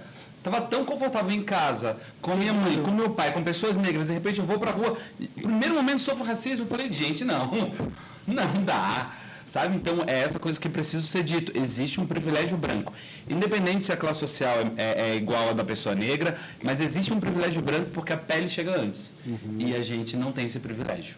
Total, amigo, nossa. Tu foi muito certeiro nesse comentário, porque eu também compartilho disso. Eu me julgava uma criança tímida até a adolescência ali, depois quando eu entrei no mundo corporativo, tu meio que se obriga a se comunicar. Mas era muito isso, eu acho que eu tinha vergonha e medo de falar, porque já foi dito isso, tipo, cuidado com o que tu fala. Se eu errar, meu Deus, eu vou ser crucificada porque eu errei, porque eu falei alguma coisa errada. Tipo, na faculdade tinha várias, o professor jogava perguntas, eu sabia a resposta, e eu ficava, ai gente, acho que eu não vou falar porque... E aí alguém levantava a mão na minha frente e falava, e era exatamente para mais do que eu iria falar, assim, para menos, aliás. E a gente fica nesse lugar, assim, né? Sim. Porque é o lugar que a branquitude quer que a gente esteja. Porque a gente, nesse lugar de timidez, nesse lugar de silêncio, a gente não incomoda. E aí, na escola, isso fica muito evidente, entendeu? Quando a gente passa despercebido, a gente não causa atrito, a gente não causa... Mas no primeiro momento, no primeiro segundo que a gente resolve falar alguma coisa, a gente para na sala da diretora. Que é o que está acontecendo com as minhas sobrinhas, entendeu? Certo. Porque a máxima agora para as minhas sobrinhas é: vocês precisam se defender. Vocês precisam se defender, porque senão vocês vão se machucar. Vocês precisam se defender, então vocês vão se posicionar quando for preciso. E aí, quem que vai parar na direção? Elas, por se defender. E não a criança ou coleguinha que cometeu racismo. E não a professora que falou do cabelo delas, sabe? Complicado. Falando nisso, até pegando esse gancho, a gente entrou um pouco na questão de infância, enfim. Queria que tu compartilhasse, Lê, sobre o teu trabalho do Não Corre Menino, né? Que tu representa um menino de 10, 12 anos? 11. Já foi 12. Entre 10 e 12. Agora tá em 11. Pois é. Que nasceu na pandemia, inclusive, então fala, pessoal, que já vai de encontro com o que a gente está falando aqui agora, né? Na verdade.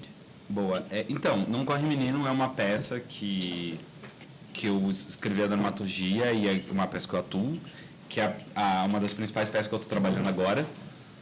E essa peça veio, pandemia, vou ter que morar com a minha mãe e com meu pai, tenho 2 irmãos mais velhos, e voltar a estar na casa da minha mãe e do meu pai remexeu várias lembranças, memórias, e a pandemia, essa vontade de criar alguma coisa aí trancado, e aí nesse processo, porque para nascer Não Corre Menino, nasce o Espaço TLB. O que é o Espaço TLB? Meu pai, vendo a minha aflição, eu conversando com ele tem um puxadinho ali do lado de casa, falei, se tivesse um espaço para eu ensaiar, né? Falou, Semana seguinte ele compra o material todo, sem falar pra mim, e começa a construir. O Luan foi lá também ajudar a construir e tal. Então aquele telhado. Daí a gente construiu o Espaço TLB, que é onde eu ensaiava No Corre Menino online, com a Nathalie, que eu convidei até então para dirigir. O que é No Corre Menino? Eu escrevo em maio, num exercício da CIA Nosso Olhar, que várias pessoas escreveram sobre sua... É para falar sobre infância, não precisa necessariamente ser uma história real. E aí eu lembrei dessa frase que a minha mãe sempre falava pra gente: não corre, menino. E lembrei de um ato que aconteceu com meu irmão. Eu tinha uns 10, ele tinha 11, 12 anos, a gente estava no centro da cidade. E a minha mãe falou, vai até aquele orelhão e liguem para casa para falar com o pai de vocês. Era num sábado, 10 da manhã, uma coisa assim. A gente saiu correndo, o Leonardo na frente, eu atrás. No meio do calçadão veio a viatura da polícia, pegou o Leonardo, jogou em cima do camburão, apontou a arma na cabeça dele. Eu parado, com medo, uma gritaria. Minha mãe e minha tia vieram chegando, correndo. Final da história.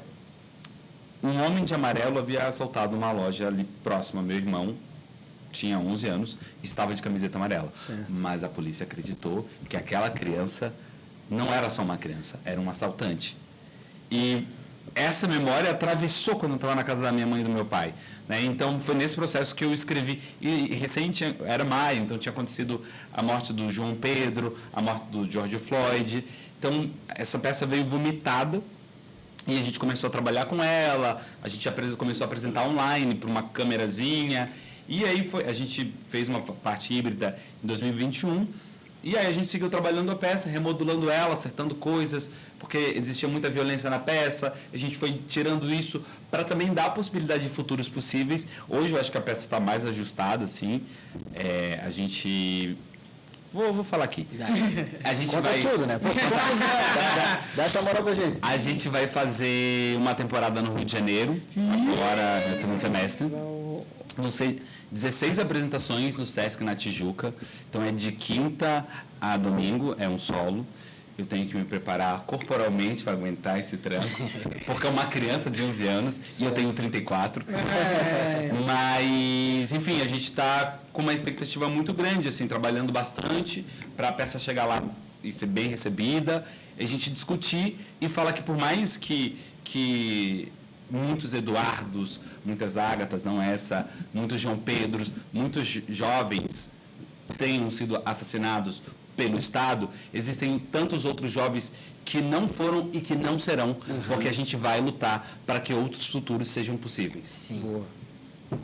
Eu só, nessa parte aí, porque eu já estava me escalando, né? Eu tô sempre me escalando aqui para ser figurante. Daí ele falou, mas vai ser solo? Falei, o não corre. você ia pro Rio com ele, que eu queria ser figurante. Tu ainda não assistiu Corre? Pô, tu tem que assistir ainda não Não Corre, assistiu? Guto. Sério? A Java Surf Street. Localizada na Álvaro de Carvalho 105. Vou conversar com o pessoal da Java se tu precisar. Pode de apoiar o Não Corre. apoiar o Não Corre, né? legal, O pessoal da legal. Java é legal. Estará precisando, sim. Bastante. Ó, eu vou fazer o seguinte agora, não corre, eu vou correr, que eu vou no banheiro ali rapidinho e eu já volto, tá? Eu vou buscar uma jaqueta dessa que nós estamos usando aqui para tu usar também. Fala galera, voltei. Não voltei com a jaqueta, Prometeu e não entregou.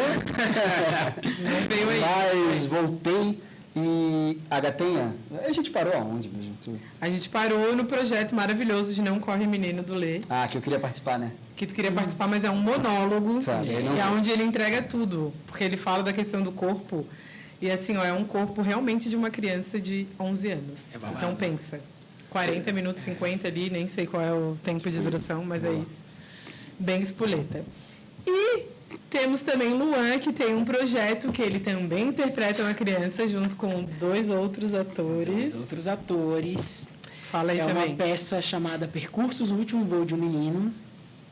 É uma peça desse grupo de teatro. Eu tô até com a camiseta aqui, ó, de Percursos. Boa. bem. Mostra também ali, bacana. Olha aí, a camiseta lindona que a gente fez. Não trouxe Porque a pra gente mim, tá. Vanessa, não? Não trouxe, mas eu explico por quê. Ah, é bom explicar, porque só a nossa amizade, ela termina aqui. Porque a gente está circulando agora através do Prêmio Elizabeth Anderle de Estímulo à Cultura. A gente foi contemplado, edição 2023.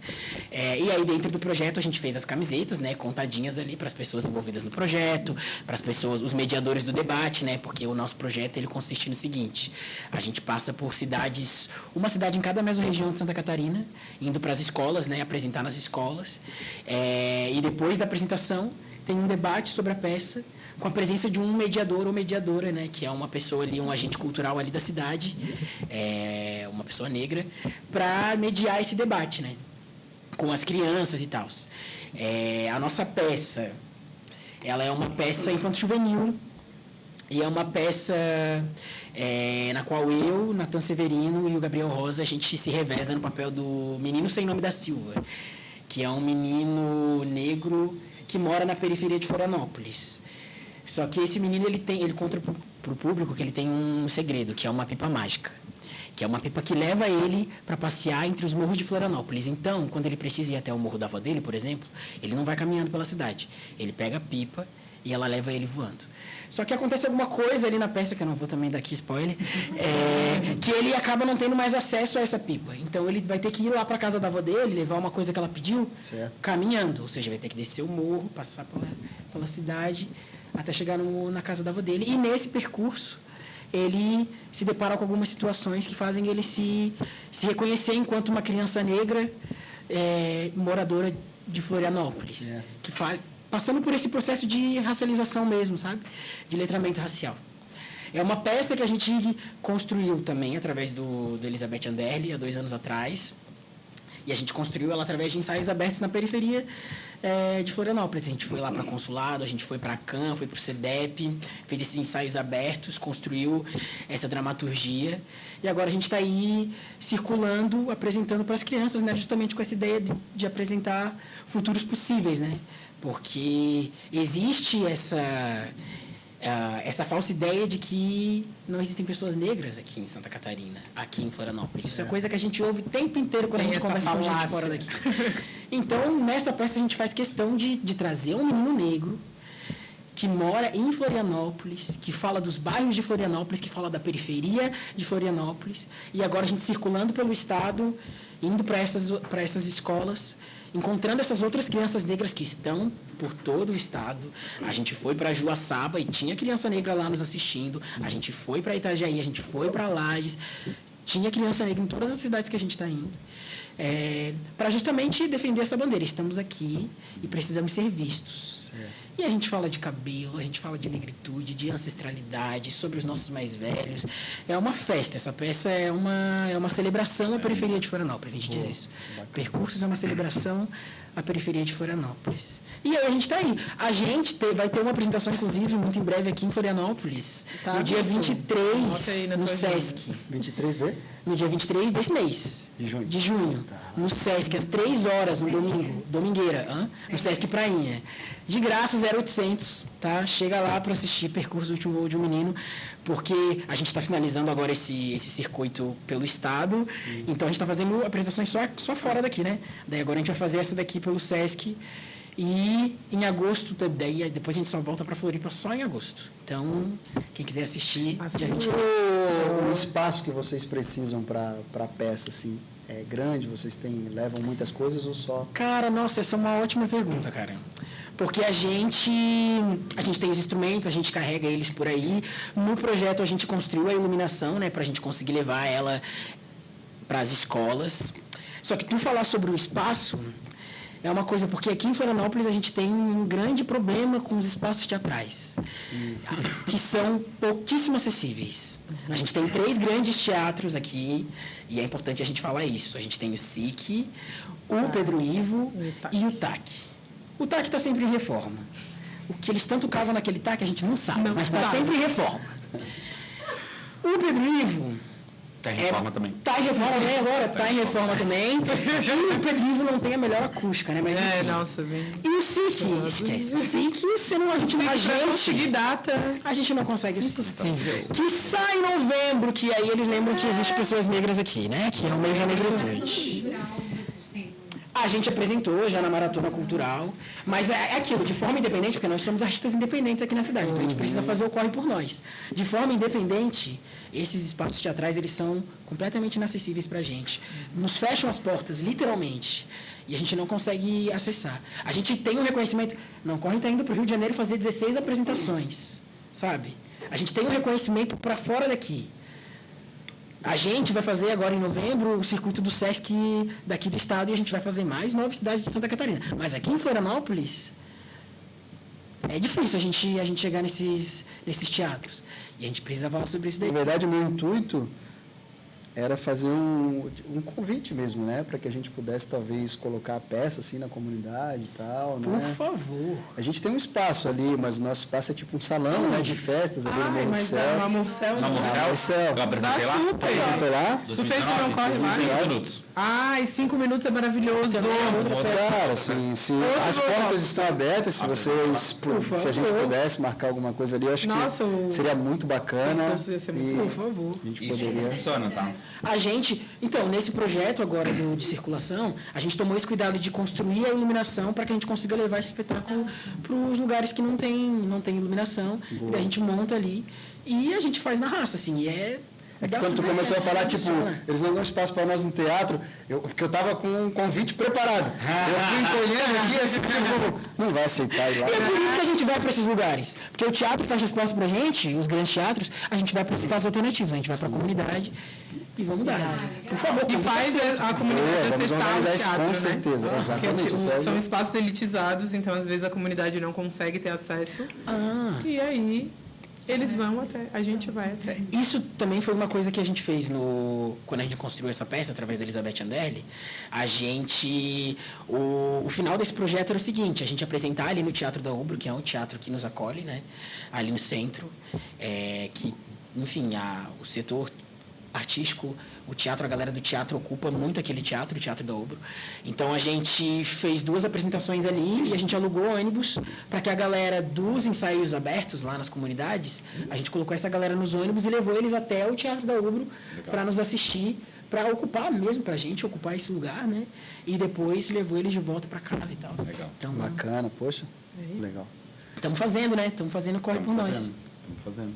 Ah, cara, pô, eu sou entusiasta, assim, no que eu puder ajudar, né? Pô, Estimular. vamos organizar essas apresentações. Pô, cara, seria tão legal, né? Uma peça lá na quadra da Coluninha. Muito, também dá. A gente apresentou na quadra da Consulado já, o Pereira. E foi... Eu sabia que lembra dessa Vai dizer que quer apresentar-se lá no Copa Lodge também, né? Não, mas eu conheço uma galera que apresentou o James. James. Na quadra do Cofa. Tá, vamos Saudade. organizar isso aí então. Por favor. Protegido, meu amor. Tu leva a peça pra lá. Leva a peça pra proteger. Cadê o pessoal da Eu proteger? já apresentei lá em cima Gente. também com essa peça 5 minutos. A gente fez um projeto em 2019 que era 5 minutos nas comunidades. A gente apresentou no Terreiro, na Tapera, a gente apresentou no Amorcel, apresentou no Morro da Mariquinha, onde eu moro, num mercadinho. A gente apresentou lá no Morro do Mocotó, no espaço onde rolava o baile funk. A gente foi apresentando em vários lugares assim, das comunidades onde não era espaço teatral, e a gente apresentou. Mas 5 minutos também é incrível, nossa. O Leandro ele se transforma. Vocês estão vendo assim, ó, esse corpinho tranquilo, falando assim, ó, mas ele... Acho que ele fica gigante, Nossa, com ele mais de 2 metros. E falar nisso, 5 minutos, que é com outro coletivo que eu faço parte, dos Inclassificáveis, a gente vai agora para São Paulo, vou apresentar em São Paulo, a gente vai... 5 minutos? 5 minutos, num festival, e aí eu vou estar apresentando bem no centro de São Paulo, no dia 13, num sábado lá. Esses pretinhos de Florianópolis, olha, eles estão muito... Então, Muito! Nossa! Cara, que Um dia eu legal. chego lá, amigos. Eu vou chegar nesse... A gente daqui a pouco volta, que é o Que Confusão, né? E ainda bem que o Matheus jogou o Que Confusão aqui, porque a gente vai pro Momento Que Confusão. Vamos fazer um Momento Que Confusão. Tem sempre um Momento Que Confusão, mas só que vai ser leve o Momento Que Confusão, porque era uma dúvida que a Carol tinha, né? Que ela estava perguntando ali na hora que eu fui buscar a jaqueta. A dúvida qual era, cara, era que se encena o beijo, o beijo, o toque, se é cena mesmo, se rola alguma coisa, né? Cara, eu tava dizendo que a minha experiência com beijo técnico, ela é muito pouco, assim. Mas eu lembrei que no Amor Negro Amor rola, né? Com a Alice sempre... Amor, exato, mas é um selinho, né? Mas é um selinho. Mas é aquilo, a gente tem um cuidado, a gente tem um respeito, então é tudo conversado. Ó, vai acontecer isso, a gente tem que fazer isso. Mas aqui, ó, no respeito e no profissionalismo, né? Se aproveitar disso, pô, aí é... É, total. Mas todo mundo é solteiro e já quer se pegar. Não é o caso. Inclusive, a Alice não é solteira. A Alice não é solteira. Eu também, no Negro Amor, eu dou um selinho na Cami, porque eu faço uma fanchona. Mas a héterazinha se rendeu à Cami. Então, assim, a gente tem que beijar, mas é super técnico, gente. É no meio da cena, a gente nem pensa muito no... Enfim, eu acho que a gente estava falando sobre isso. O beijo técnico é porque não existe a conexão afetivo-sexual com a pessoa. Ela é tua parceira de trabalho. Mas é um beijo, né, gente? É um beijo.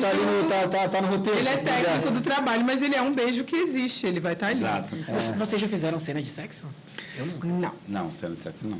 Cena de sexo também tem todo um cuidado, porque as pessoas, né, perguntam muito. E aí, fica excitado, como é que é? Mão aonde? Pega aonde? Não sei o quê. Mas, gente, assim, ó, no audiovisual é 30 pessoas no set para mais. É uma estrutura gigante, né? A gente vê só a cena final. Mas nos bastidores é uma galera, então não tem nem como. Pode ser que aconteça, né? Não vou dizer que não tem como, porque eu não fiz ainda. Mas eu acho que tem todo um preparo ali, várias técnicas, né? De esconde ali, tem as posições, né? Tem posições que eles vão te posicionar para favorecer a câmera, para não, enfim, às vezes quando não expor muitas partes do corpo, então Boa. tranquilo. Eu teria dificuldade, porque eu já tenho dificuldade de ficar sem roupa em casa. Como é que vai ficar ali em público? Melhor coisa é ficar sem roupa em casa, gente. gente. Eu sou a vizinha pelada, literalmente. Chegou do trabalho, Deus, se livra de tudo, e era isso. Caramba, gatinha. E a Arthur é meio desapegado, né, amigos? É verdade. A gente troca de roupa em qualquer lugar, não tem essa coisa de, eu preciso ir para um cantinho para trocar de roupa. Não. Qualquer lugar que precisa trocar de roupa. Não, a gente não tem tempo pra ir trocar de roupa. Tem que trocar agora, então... Vai, pum! Ali na coxinha. Ali na coxinha. Vai, ainda pede ajuda pra... Tira aqui pra mim, tira pra mim. Na coxinha do TAC, que é tipo minúscula. A coxinha do TAC. A coxinha da Umbra, meu Deus. A galera, gente, então precisa rever esse espaço aí de vocês. Nossa. Eu preciso. Quando tem uma coxinha grande, a lágrima corre assim aqui, ó. Porque normalmente é um Deus nos acuda na coxinha. Vamos fazer um apelo. Prefeitura, por favor, reforma o Ubro. Bora. Reforma de Ubro, Pedro Ivo, temos aí também. Alô, Topázio. Bora, hein? Alô, querido. Gente, é o seguinte, assim, ó, e projetos para o futuro aí, né? Como é que a gente faz e o que vocês têm pensado para expandir mais o Teatro Negro, né? E atingir mais pessoas e que as pessoas também tenham a compreensão, né, do trabalho, da dinâmica, do tamanho, de onde precisa chegar, né? Vocês, como é que tá aí os projetos futuros aí de trabalho com vocês? A gente está tem um projeto que ele está no processo de andamento, né? Provavelmente vai ficar pronto para novembro, que é que no início eu falei, né, que eu me tornei diretor de cinema e também roteirista, porque a gente ganhou um edital, um prêmio catarinense de cinema, de um média-metragem chamado Reverb, que Luan está, que Agatha está também fazendo figuração. E aí a gente gravou em maio. Tem vaga pra mim, não? Já foi, já. Vai, na próxima Já tá gravado? Encaixo. E aí, inclusive o Luan é um dos protagonistas e a história é para falar sobre masculinidades negras. Então, esse curta chamado Reverb, a gente trouxe uma equipe negra não só na frente das câmeras, mas atrás das câmeras. E tem um detalhe muito interessante desse curta, desse média curta que a gente fez. Muitas das pessoas da equipe trabalharam com cinema pela primeira vez. Eu não estou só falando de quem estava atuando, eu estou falando de pessoas que estavam fazendo a direção de arte. Pela primeira vez fizeram direção de arte no cinema. Então foi um processo de aprendizado para todo mundo. Foram 8 diárias, um curta que resumidamente conta. Tudo se passa num dia, a gente acompanha a perspectiva de cada um dos irmãos, que é o Washington, Wesley e o William, que passam por questões específicas nesse dia e eles se encontram, sem saber, na mesma festa. Um trabalhando como segurança, outro estreando como drag queen e outro como convidado. E aí tudo acontece enquanto eles vão tendo flashbacks da mãe deles, que ensinou eles certas coisas que reverberam até hoje, por isso se chama Reverb. E aí a nossa ideia é estrear para novembro e a gente quer se lançar aí para festivais, para ganhar prêmio, para estar circulando, porque vai ficar muito lindo esse trabalho. Eu estou muito curiosa, amigo. Porque esse roteiro ficou incrível. Vale dizer também que nesse filme tem um ator estreando, que é o meu irmão de 10 anos. Verdade. Que ele tá nesse filme interpretando a versão mais jovem do Wesley, que é o personagem que o Wallace faz. E aí lancei esse convite pro meu irmão, pro Israel, e ele aceitou, e ele tava lá no set gravando as coisas, e eu quase não me aguentei, assim, de tipo... Futuros possíveis, cara. É a gente concretizando. Quando eu digo que a gente tá fazendo, a gente realmente tá. Olha ali, é pegar os nossos e levar ali pro set pra gravar, entendeu? Até isso aí, me deu o link agora, eu ia perguntar isso pra vocês. Pra quem quer chegar? Vou chegar agora mesmo, assim...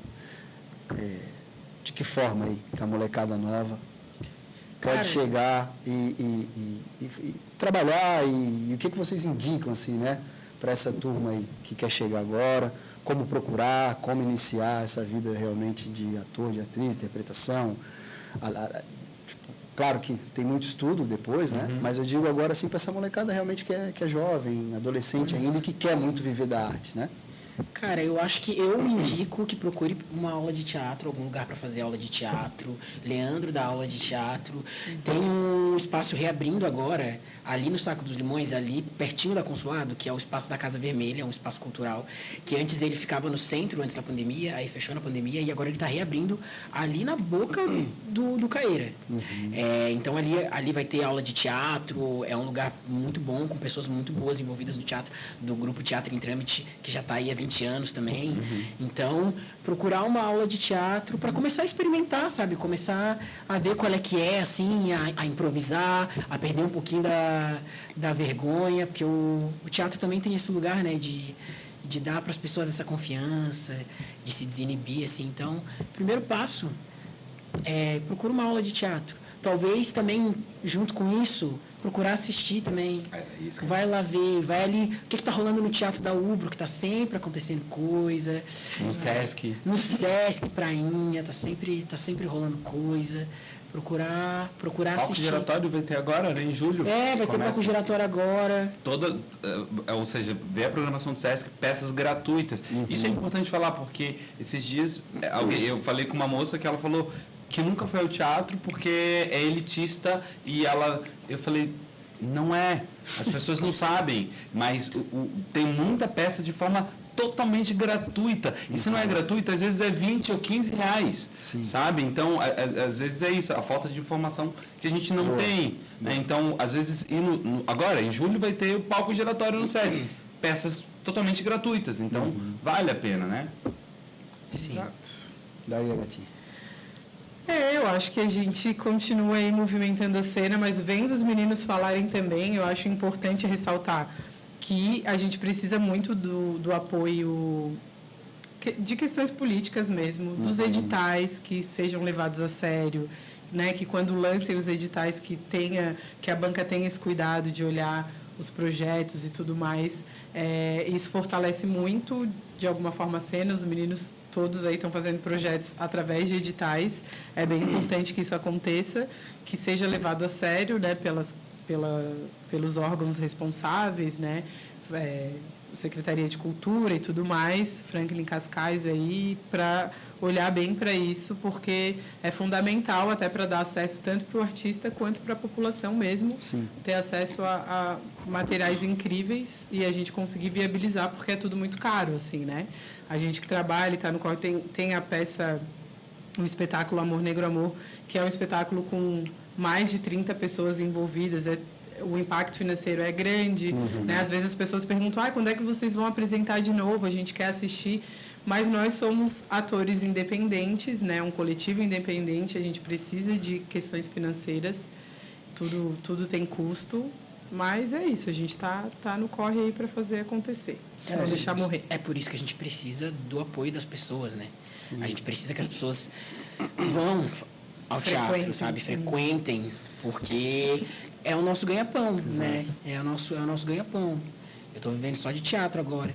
Então, a gente precisa disso, sabe?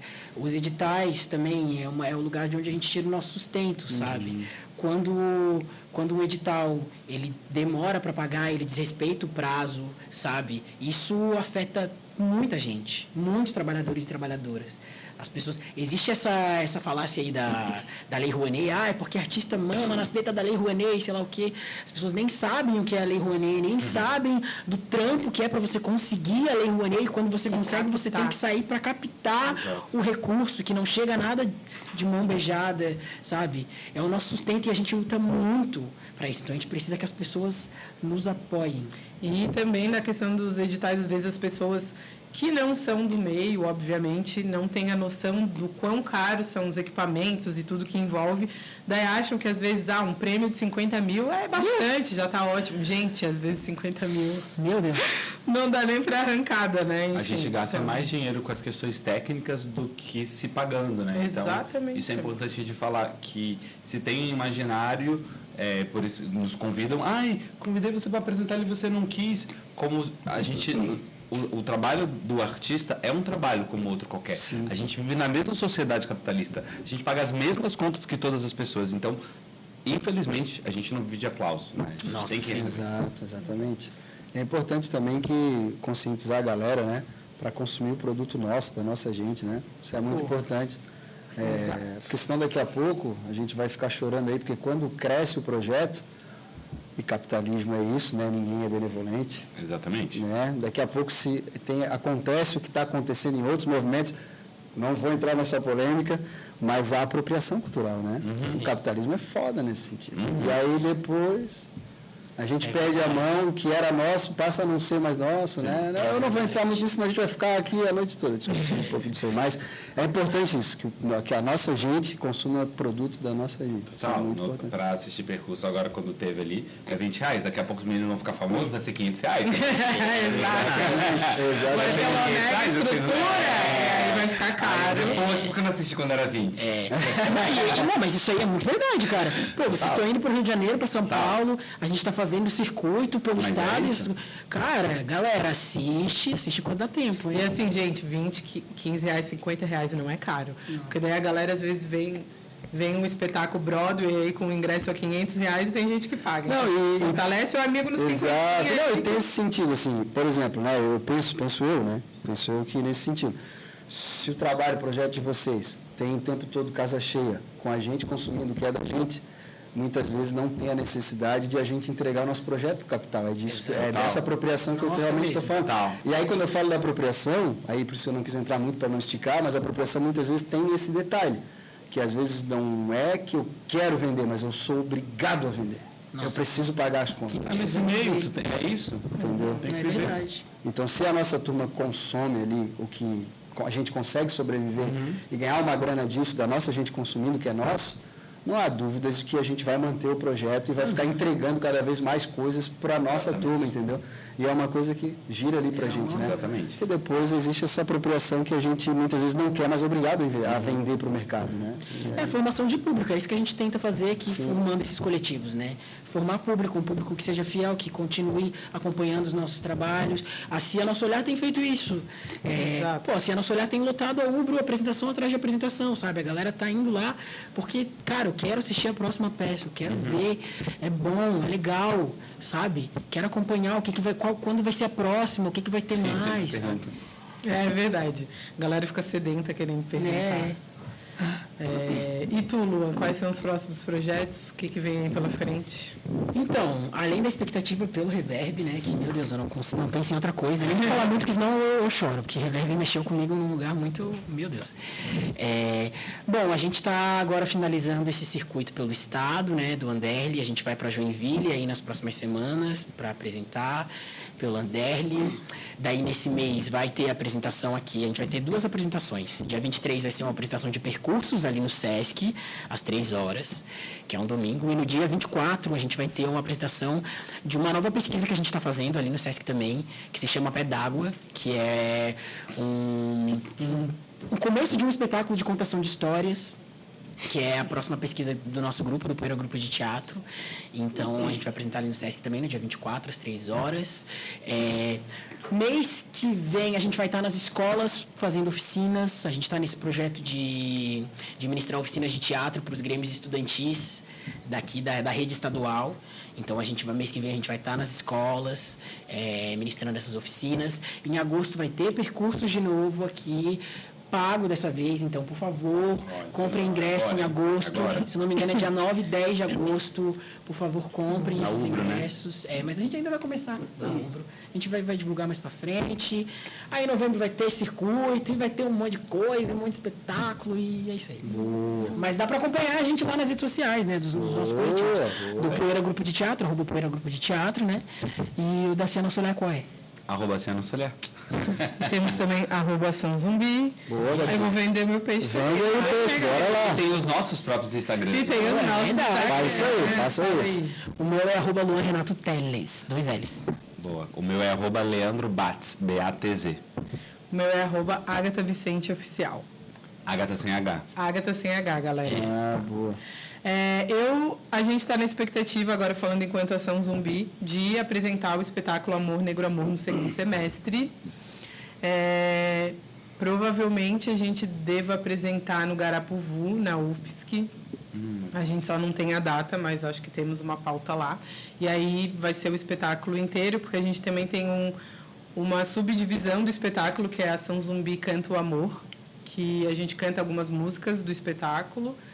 A gente apresentou há pouco tempo também em Criciúma, no Festival de Teatro Revirado. Foi incrível. Fez a abertura do festival. Teve percursos também.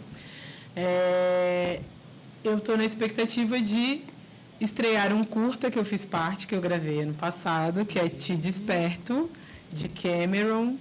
E fiz uma das protagonistas, né? Acho que a história está bem incrível, estou bem curiosa.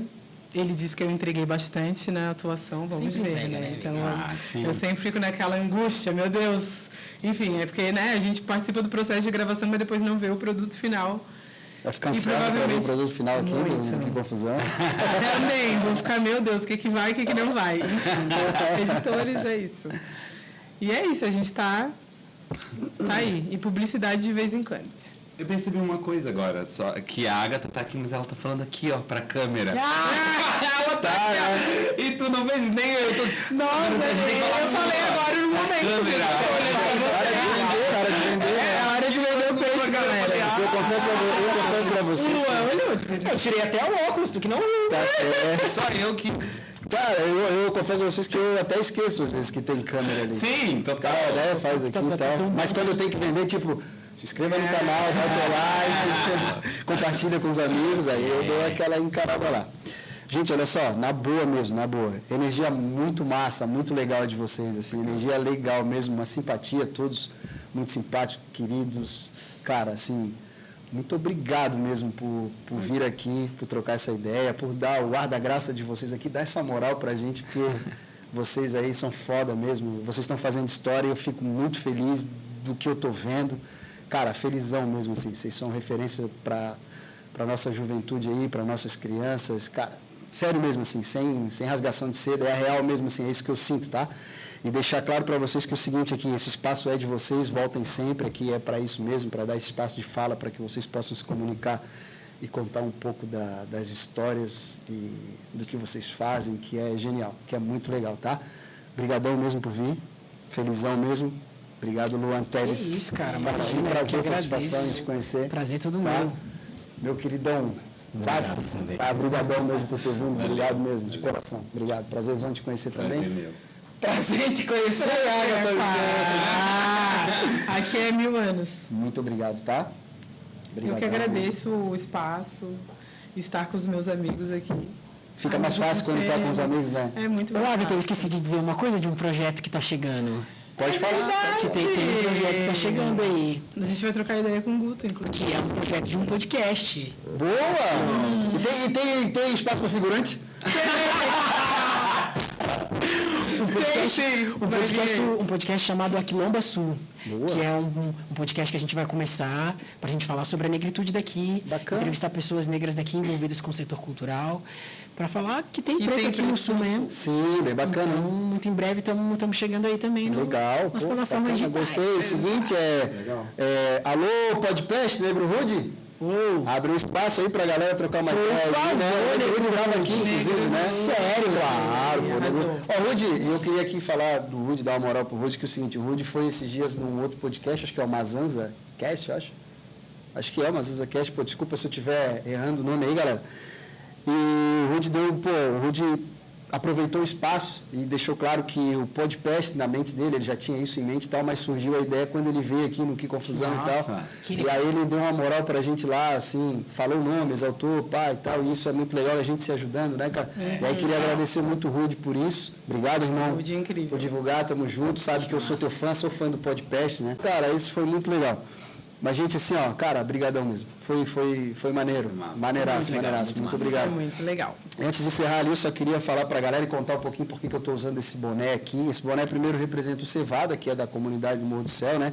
E segundo, é porque eu gravei um episódio com o Gabrielzinho, o vereador Gabrielzinho, que nesse momento está hospitalizado, né? No dia de hoje que a gente está gravando, ele está hospitalizado. Está passando aí por alguns problemas de saúde. E Gabriel, eu gosto muito do Gabriel é um amigo, desejo aí pronta melhora para ti, que tudo corra bem, que Deus abençoe, que se recupere e volte aí, irmão, tá? Tudo de bom, jogar toda a energia positiva aí para tua recuperação, tá, irmão? Com ele. Com certeza. Gabrielzinho logo tá de volta aí para gravar o 12, irmão. Um abraço, né? Que Deus te abençoe e melhoras aí para ti, irmão, tá? E para encerrar o Que Confusão, eu preciso me comunicar com aquela galera, né? Porque eu preciso eu preciso ter engajamento. Eu preciso, o mais hypado tem que continuar sendo o mais hypado da internet. E não quero nem saber de outros podcasts. Joga pra lá. Aqui não flopa nunca. Há controvérsia. Galera, você que acompanhou a gente até aqui, ó, eu vou me despedir lá. Tá, Matheus? Porque eu quero pegar essa negritude linda aqui, esses pretos bonitos comigo aqui pra gente encerrar lá, tá? Você que assistiu até agora, se inscreve no canal, dá o teu like, compartilha com os amigos e conta para todo mundo que essa galera teve aqui maravilhosa. Luan Teles, Leandro Bates, Agatha Vicente. E aí, galera, e qual é Ação Zumbi? Quem mais teve aqui com vocês? Cena Solhar. Quem mais? Poeira Grupo de Teatro e todos os nossos ancestrais que estão sempre com a Todos os nossos gente. ancestrais, todos os outros coletivos que existem aqui em Floripa, que estão na cena movimentando, sintam-se representados. Boa, galera. Então, ó, se inscreve no canal, dá o teu like, compartilha com os amigos e acompanha o Que Confusão. Sabe o final? Tu nunca assiste até o final, né? Não. Que sempre tem mais. Valeu, galera. Forte abraço. Tchau. Beijo.